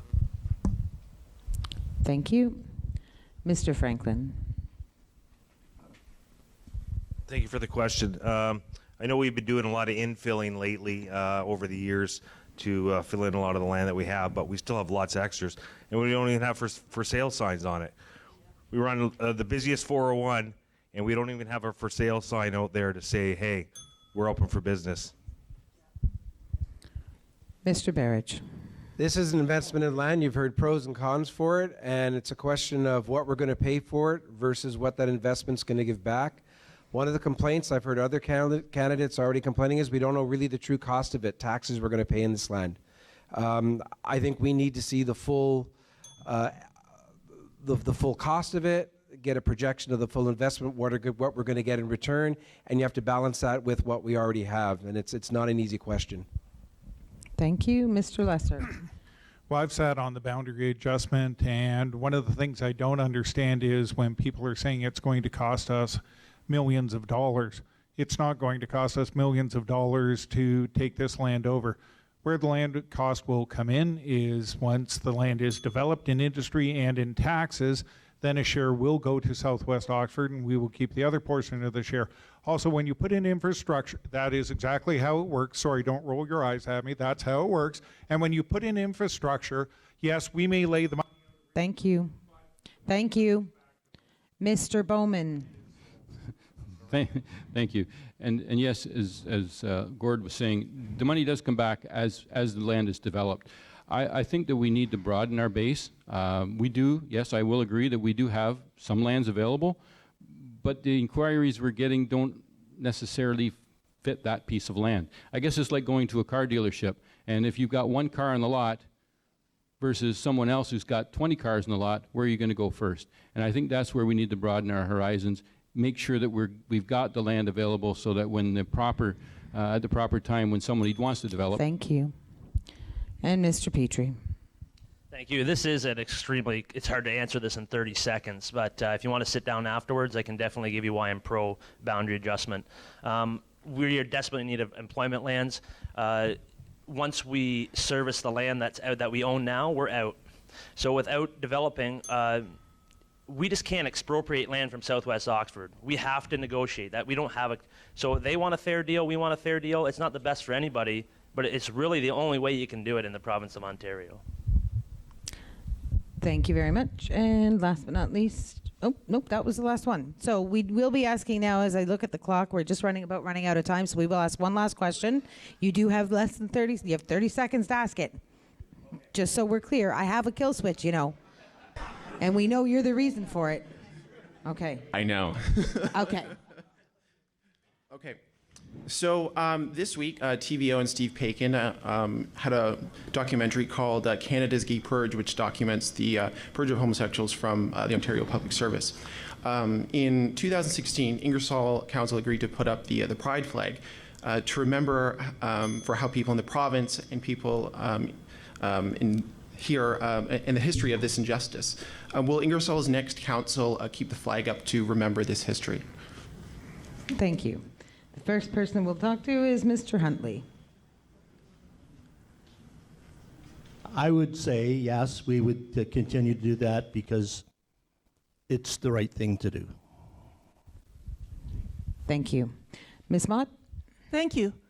I see no difference between people who are gay between people who are not gay, except that there is a history of prosecution there, which I do not agree with. I will support them. And by the way, I was one of the people who managed to see the Dimrod pulling down the flag and destroying it in the park last year. I reported that to the police, had a lovely chat with them, and I was happy to see that action took place because of that. Thank you. And Mr. Bell? Short answer is yes. I fully support it. Awesome. I like short answers, Ditto. just saying. Ms. Verbrugge? I agree. Thank you. Ms. Van Kooten-Bossens? Absolutely. Why wouldn't we be inclusive of everyone? Thank you. Ms. Sicko?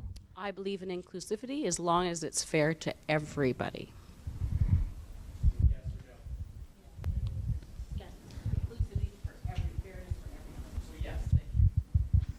Mr. Franklin? Great question. I have a brother-in-law that's gay. My wife's cousin is a lesbian. I support them 100%.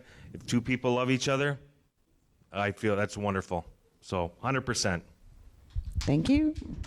Mr. Berridge? The answer is yes. The town has to be for everybody, no matter what. There's people here with mental health issues. There's people here, gender identity different, and everyone has to be the same and treated the same for the town to be successful. You can't exclude anybody. Thank you. Mr. Lesser? I've supported it in the past and don't see any reason to change my opinion in the future. Thank you. Mr. Bowman? Thank you. Again, yes, I would support it. We have shown our support in the past, and as far as I'm concerned, we'll continue to show our support in the future. Thank you. Thank you. Mr. Petrie? Oh, absolutely. Here's the important thing. People ask, well, why do we have to put up a flag for that? Well, we have to let the children know that are growing up who are feeling different, or that they can be themselves and they can grow up in the community that they were born in and feel like they're accepted. And that's what that shows. Thank you. Thank you. And Ms. Jeffrey Larder? Yes, definitely support. Thank you. Thank you all. Great. Thank you very much for your questions this evening. So we will now go in reverse order of the introductions. So we will start at this far end over here, and each of our candidates will have 2 minutes in which to say their closing remarks. And yes, you'll be timed. Sam. thank you so much for your time and hearing us all say what we felt that was in our hearts and what you needed to leave with to be able to make a decision on who you're going to vote. But the one thing that I want you to remember is this. It's not just about voting for me or voting for each individual person. You had the opportunity to hear 12 people speak. And there is opportunity here to create an amazing team that will move forward on your behalf. And I just hope that you let me be a part of it. Have a great night. Thank you. Ms. Van Kooten-Bossens. Thank you. So I want to thank all the other candidates for coming forward and wanting to give to their community. It is truly amazing to have 12 other people show their love for this community just as much as I do. No matter who is elected, we need to continue to put the community first before our own interests. Over the past 4 years, your council has fought the dump with everything we have. We have over 70 communities behind us saying, we demand the right to say no. We have worked hard keeping your tax rates the lowest in the county while putting money into reserves and at the same time paying down our debt. As it has been talked about tonight, future needs of our community include a multi-use recreational facility, affordable housings for seniors and families, and our youth, reaching out and making them a part of what they need from their community. Being able to build a multi-use rec center will take us being shovel-ready when dollars come from federal and provincial governments. We have more work to do, but we're almost there. Affordable housing is a county, but at the same time, we need to stay in the face, so to speak. The youth have an amazing Fusion Youth Center, a great staff, volunteers, keeping it up to date so we're reaching as many as we can. Those whom I've served with over the last 12 years have always shown the compassion needed to help make our community, in the words of our current mayor, the hub of the earth. We may not have always agreed, which is good because it would definitely not be representing all of you. But we have always done what's in the best interest of our community.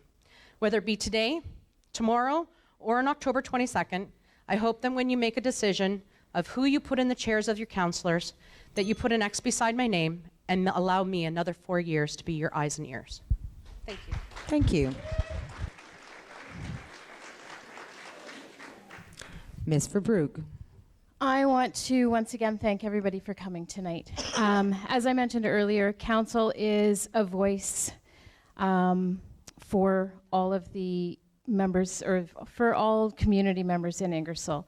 And we are here to advocate for you, but it has to start with you voting.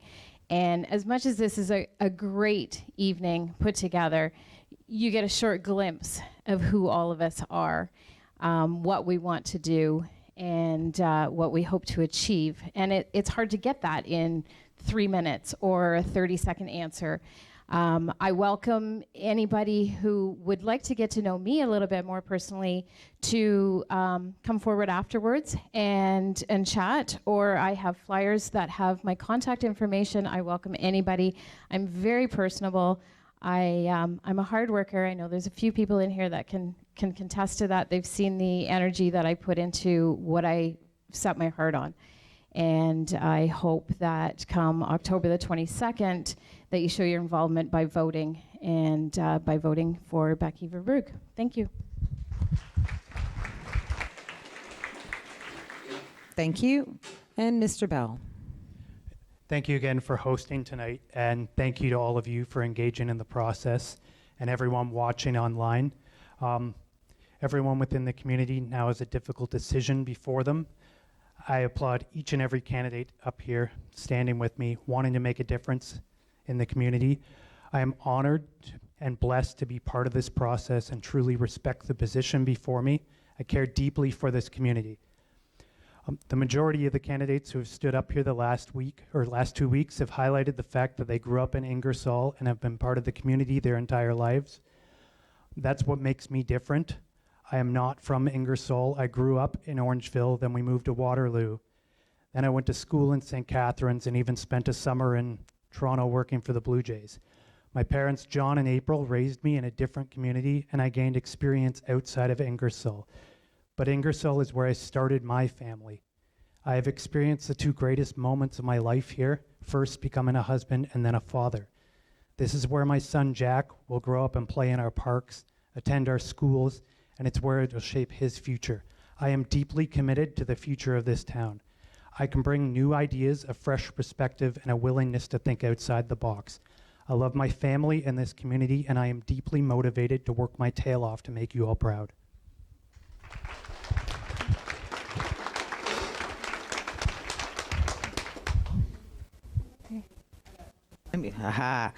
Thank you, Ms. Mott. Okay, I'd like to thank everyone for coming tonight.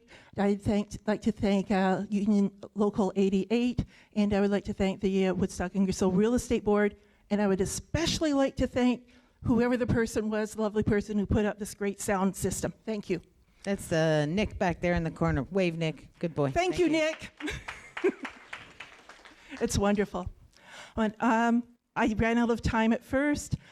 I wanted to say that when the multi-purpose recreational place comes out, okay, whatever, but I am going to be the one speaking up for the arts people. I want to make sure that we are included. I'm not to the take away from the sports people, but arts need representation as well. One of the other things that this town desperately needs is a public transportation service. We're getting older. We're having to give up driving. There are younger people here who are just learning to drive and don't have cars yet. And when I was speaking to the youth the other day, they all started nodding, especially the women, when I pointed out the safety factors of having a public transit ride. We can't afford anything like London or Woodstock, I know that, but Tillsonburg has a good system right now. I think we should be able to expand our paratransit system but work off a committee to figure out what can best be done and do something about it. I believe I'm a good candidate for Ingersoll Town Council. My best quality is I listen to people. I will, if I don't understand what you're saying, I will ask you until you do, and I understand you and you understand me. But my campaign slogan is speaking up. If I believe in your cause, I will speak up for you. If I have a problem with your cause, I will tell you what my problem is, and I will tell you how I would recommend that you work around it in different ways. But I thank you very much for your time tonight, and let's keep that dump out of this town.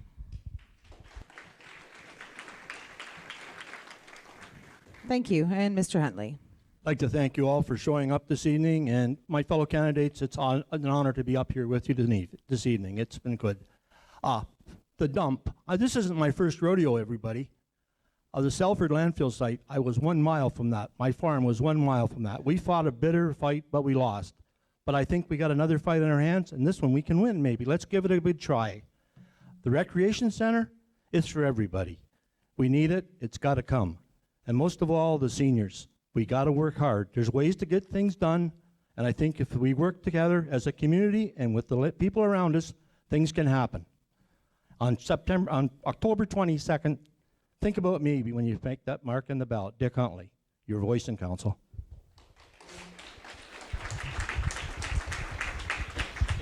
Thank you. Ms. Jeffrey Larder. So as I said in my introduction, I've been in Ingersoll for over 10 years. I plan to retire here. This is where I want to stay. I love that we're in a small community. I like to give back to the community, and I would love to see Ingersoll prosper. I do think that we need realistic boundary adjustments. We need to have good services at affordable rates. We need a community center that supports all the needs of the community. We want affordable housing for seniors as well as other residents. We need to make sure that we keep a safe, clean environment with our water and air so that we can put this fight against the dump behind us and move on. There's many other things that we need to focus on for Ingersoll as well, because we need a community where people want to live and work and have our homes keep their value. So, on October 22nd, I hope that you'll consider me. Thank you.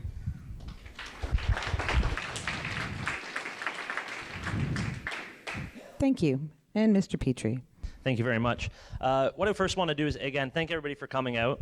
Second of all, I want to thank you for giving me the last 4 years to be on council.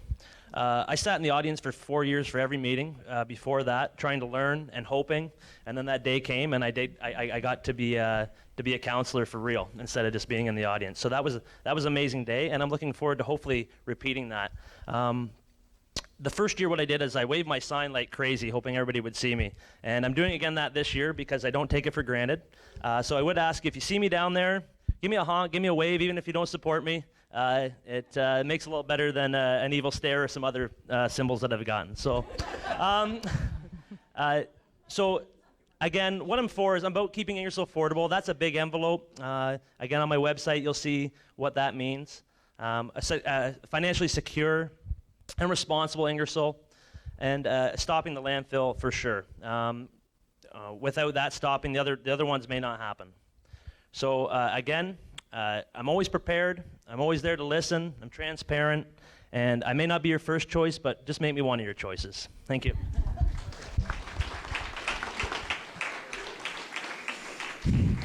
Thank you, and Mr. Bowman. Thank you. I again want to say it's been an honor to sit up here with such a prestigious bunch of people this evening, candidates for this election. I again want to thank all of you, the voters, for coming out this evening.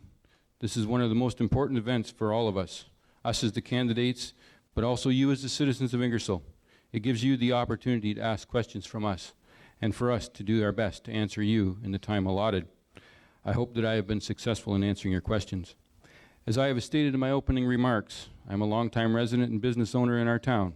As such, I have an invested interest in the prosperity of the well-being of Ingersoll. I want to be here. I appreciate your support during the last term of council. I sat 4 years on council. I enjoyed it very much, and I hope to continue. I want to say that I'm here to support everyone, whether it be our youth, our seniors, and everyone in between. Ingersoll's my home. So I know Ingersoll's got its issues, just like any other municipality or town, but I'm a firm believer that the longest journey begins with the smallest step. And each little step we take, the closer we get to completing that journey. So as a community leader with over 30 years of business experience and a person who is passionate about my town, I feel I have much to offer the town and welcome the opportunity to serve you once again as an Ingersoll Town Councillor.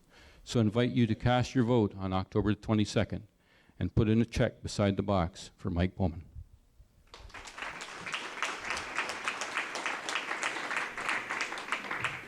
Thank you, and Mr. Lesser. Well, I would also like to thank not just the candidates who are here, but also the candidates who were here a week ago. Anybody who puts their name forward deserves a round of applause for making the effort to try to make Ingersoll a great place to be. I also want to thank you and the crowd for coming out, and again, the Realty Board and Unifor for hosting tonight's event. At the start, I didn't get much to say about myself, so I'll be quick here, but I came to Ingersoll 25 years ago to open a business, and it was one of the best decisions that I've ever made. You know, the town of Ingersoll has certainly been a blessing to me in the opportunities that I've been given, the people I've met, along with the experiences that I've been part of. I've been able to sit on boards like Itopa, Canterbury, Museum, Harvest Fest. I've been lucky enough to serve as president of the BIA and the Chamber, and I was lead in bringing, of course, our Christmas parade back to town. These are all memories I truly cherish. And I've also truly appreciated the opportunity to have spent the last 12 years serving as a councillor here in Ingersoll. You know, over that time, there has really been a building of a strong town, whether through Fusion, the seniors, parks, museums, there's so much we can talk about. But one thing I must say, as a councillor, you need to be able to work also with your colleagues. And what does that mean? No, we don't always agree. But after a decision has been made, we do need to band together and cooperate to make sure that that decision works properly. So I'm going to ask you all to certainly obviously get out there and vote on October 22nd. Encourage your friends and families, and we will continue to make Ingersoll a great place to live and grow. But I do have to finish by saying that actually my best memory of Ingersoll, and I just have to say it, was that just over 6 years ago, marrying my wife Kathleen Young. I know she couldn't be here tonight, but thank you, my love. So again, I would be happy to work with 4 other people up here, so please vote me in, and I'll work with whoever you give me to work with. Thank you. Thank you. And Mr. Barrage. Thank you. Over the years as a police officer, I learned to be successful, you had to have public approval. And I bring that into coming perhaps to be elected into a town councillor. Anyone working for the public has to have public approval. I plan to bring strong communication skills. On the town council website currently, there is a strategic plan, there's a downtown strategy, and a cultural strategy. When I did research on these plans and strategies, it was very hard. Matter of fact, I couldn't find any updates. One of my first things I would like to do as a councillor is to put updates on it. We have a long list of goals for the town to make it successful. I would like to put updates on that. These, by the way, strategies and plans go back 10 to 15 years from 2004. Maybe it's time to get new goals and new strategies because times change. I think a successful councillor should have strong communication skills to keep public approval. Thank you very much.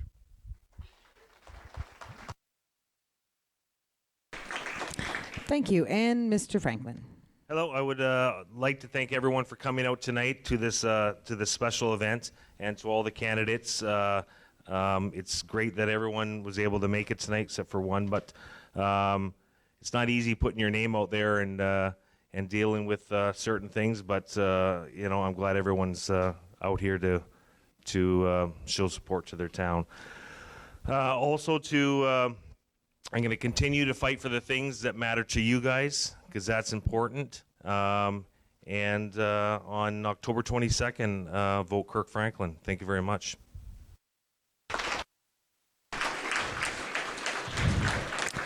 All right, thank you all very much for that. Just a few quick things that I'd like to mention before we get to the social part of the evening and everyone can have a little bit more one-on-one conversation and ask those questions that they may have. First and foremost, I'd like to thank the 12 people in front of us and our one that is happily on a honeymoon 30 years later, right?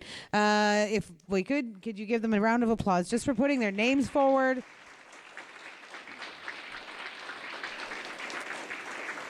And for coming and having us work through the questions that we had here. I appreciate that they had that, and that they're willing to stay around as well to answer any other questions that you might have one-on-one. That's absolutely fantastic. Secondly, thank you all for coming. These wouldn't be an event if you weren't here. If we had empty chairs, there would be no point in us doing it. So thank you very much for coming and engaging in the process and asking some of those really tough questions. It was great to have them there. Thank you. I'd also like to thank Rogers and our communications committee for A, live streaming this, and B, making sure that it's available to those who may not have been able to make it out here tonight. And yes, to Nick for setting up this awesome sound system and giving me kill switches. That's great.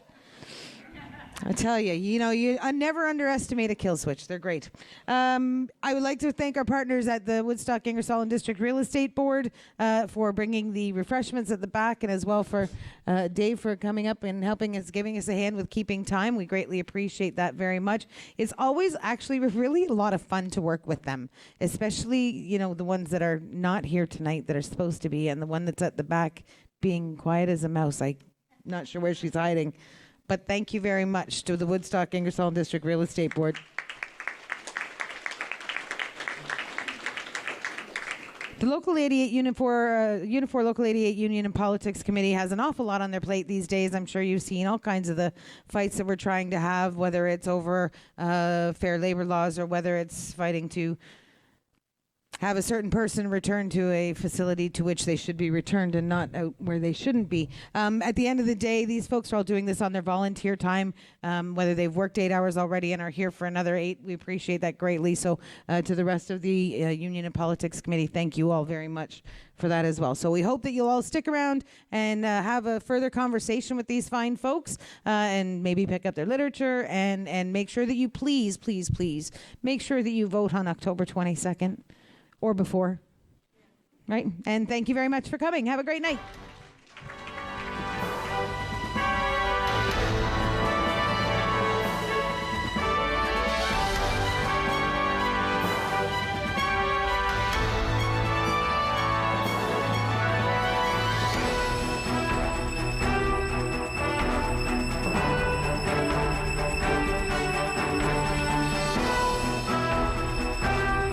Do Due to the length of the preceding program, we now join the regularly scheduled program already in progress.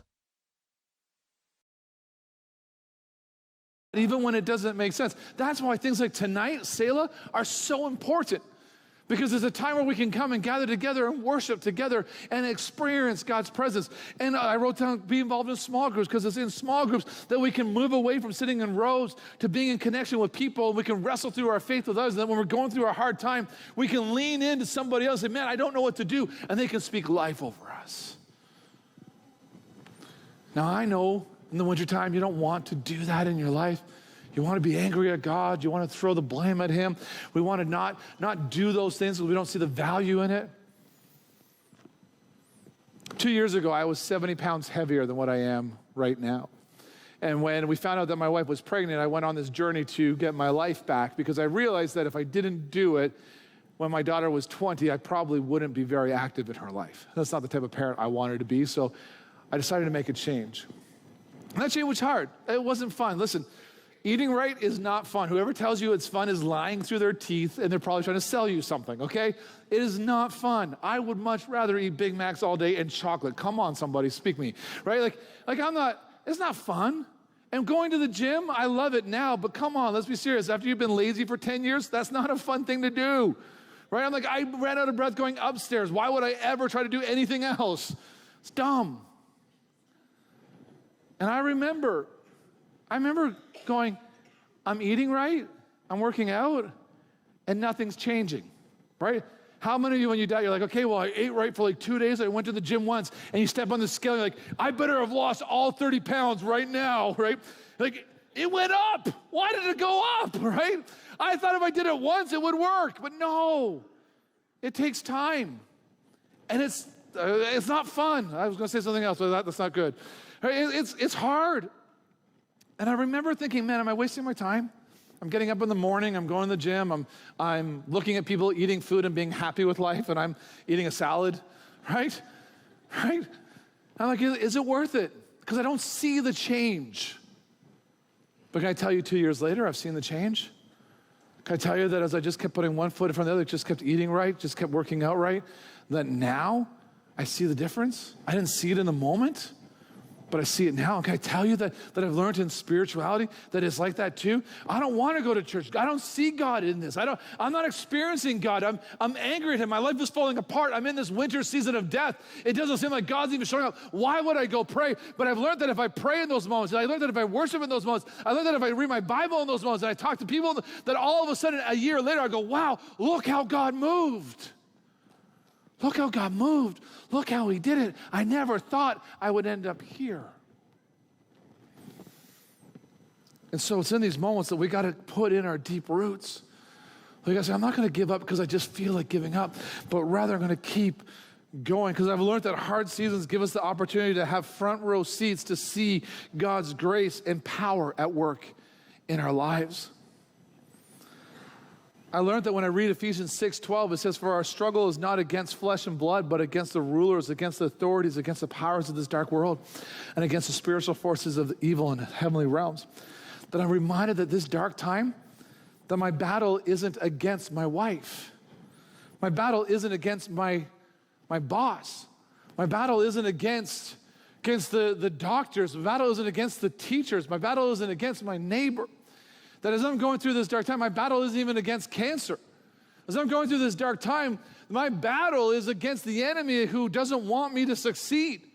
The reality is we believe that God loves us, but the enemy hates us, and he doesn't want us to walk in victory, so he will throw what he can at us. And I'm not saying that every attack we have, the demon's behind it. Don't get me wrong.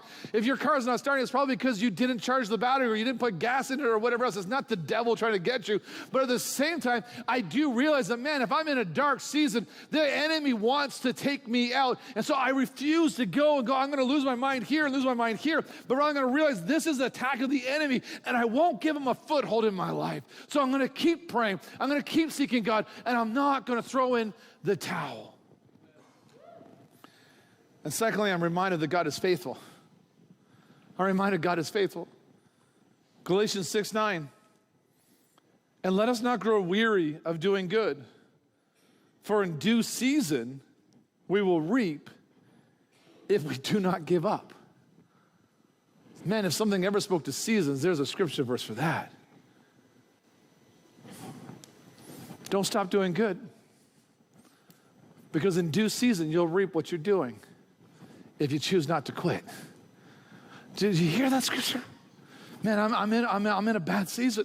This is hard, this is difficult, but if I keep doing good, if I keep doing what is right, if I keep pressing on, if I keep pushing into God, I keep praying, I keep seeking Him, God is declaring to me that if I keep doing those things, if I keep doing the good, God is saying, hey, you will reap in season. You will reap in season. Just don't give up. And if you take that verse and you add it to this verse, listen to this. It says in Hebrews 6:18, so God has given both His promises and His oath. These two things are unchangeable because it's impossible for God to lie. Therefore, we who have fled to Him for refuge can have great confidence as we hold to the hope that lies before us. Whoa. God can't lie. He can't do it. So when He says, hey, you keep doing good in this season of a hard time, your season will change, that is a truth that you can take to the bank. That is something we can hold on to with confidence, going, hey, you know what? I'm not just wasting my time going to church. I'm not just wasting my time praying. I'm not just wasting my time investing in the kingdom of God. I am keep doing this, even though it doesn't feel right, because God can't lie. And He said, if I do, He will meet me, and this season will change. The season will change. God can't lie. 2 Corinthians 1:20, for no matter how many promises God has made, they are yes in Christ. And so through them, the amen is spoken by us to give glory to God. What's the word amen? So be it. What's it saying is this: all those promises God has made, the only answer that is there is yes. What promises am I talking about? Where God declares you will walk in victory. Where God declares He's got you in the palm of His hand. Where God declares you matter so much to Him, He won't let you die. He won't let you be begging for bread. Where God declares, I've got you. Where God declares, my grace is sufficient for you. Where God says, I've got a plan for you and it's to prosper you. These are the promises of God, and they cannot lie. And the only answer we have is yes. And then we can go, God, amen. So be it. Do your will. Let's stand all across this place.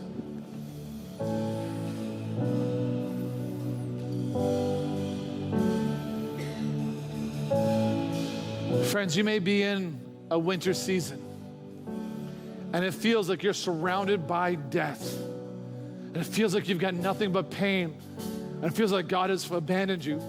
But God can't lie. He says, I'll never leave you nor forsake you. God says, you can't sin enough to make me be angry. Your failures don't dictate my love for you.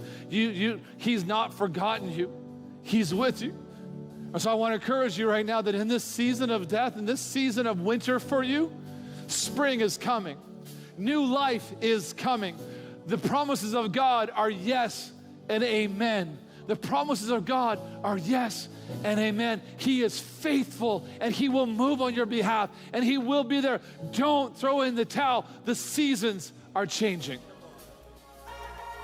We're so glad you were able to join us today, and we hope you enjoyed today's teaching. If you need anything at all, send us a message on Facebook, and we'll get right back to you. If you want to get connected or watch past sermons, download our Calvary CW app for iPhone and Android. If you feel inspired to help us make a difference in our community, giving is as easy as texting the word GIVE to 226-240-1600 or visiting us online at calvarycw.com. We'll hope you join us again, and we'll look forward to possibly meeting you on a Sunday morning at Calvary Church.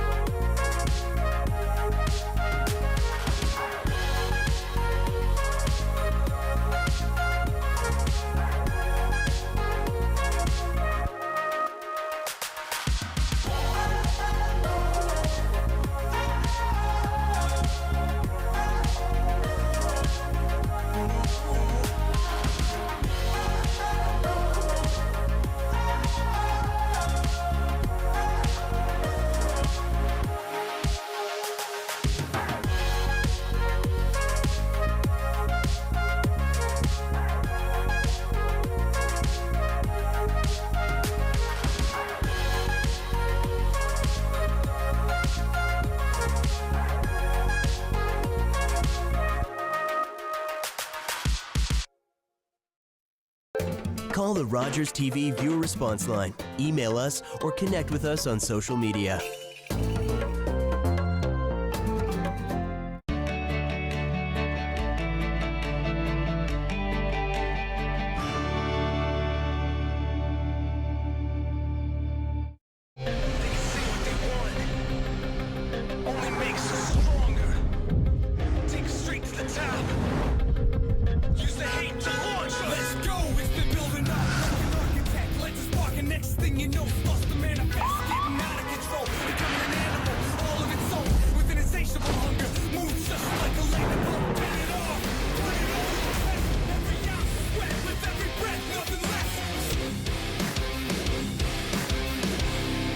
Huntington's disease is a hereditary degenerative disease of the brain, It affects your behaviors, your mind. and it's a relentless disease. If you took Alzheimer's, if you took schizophrenia, if you took Parkinson's and you mix them all together, you would have Huntington's disease.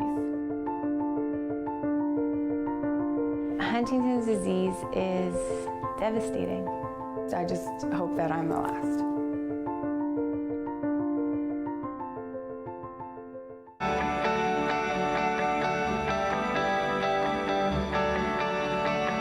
You're watching Rogers TV.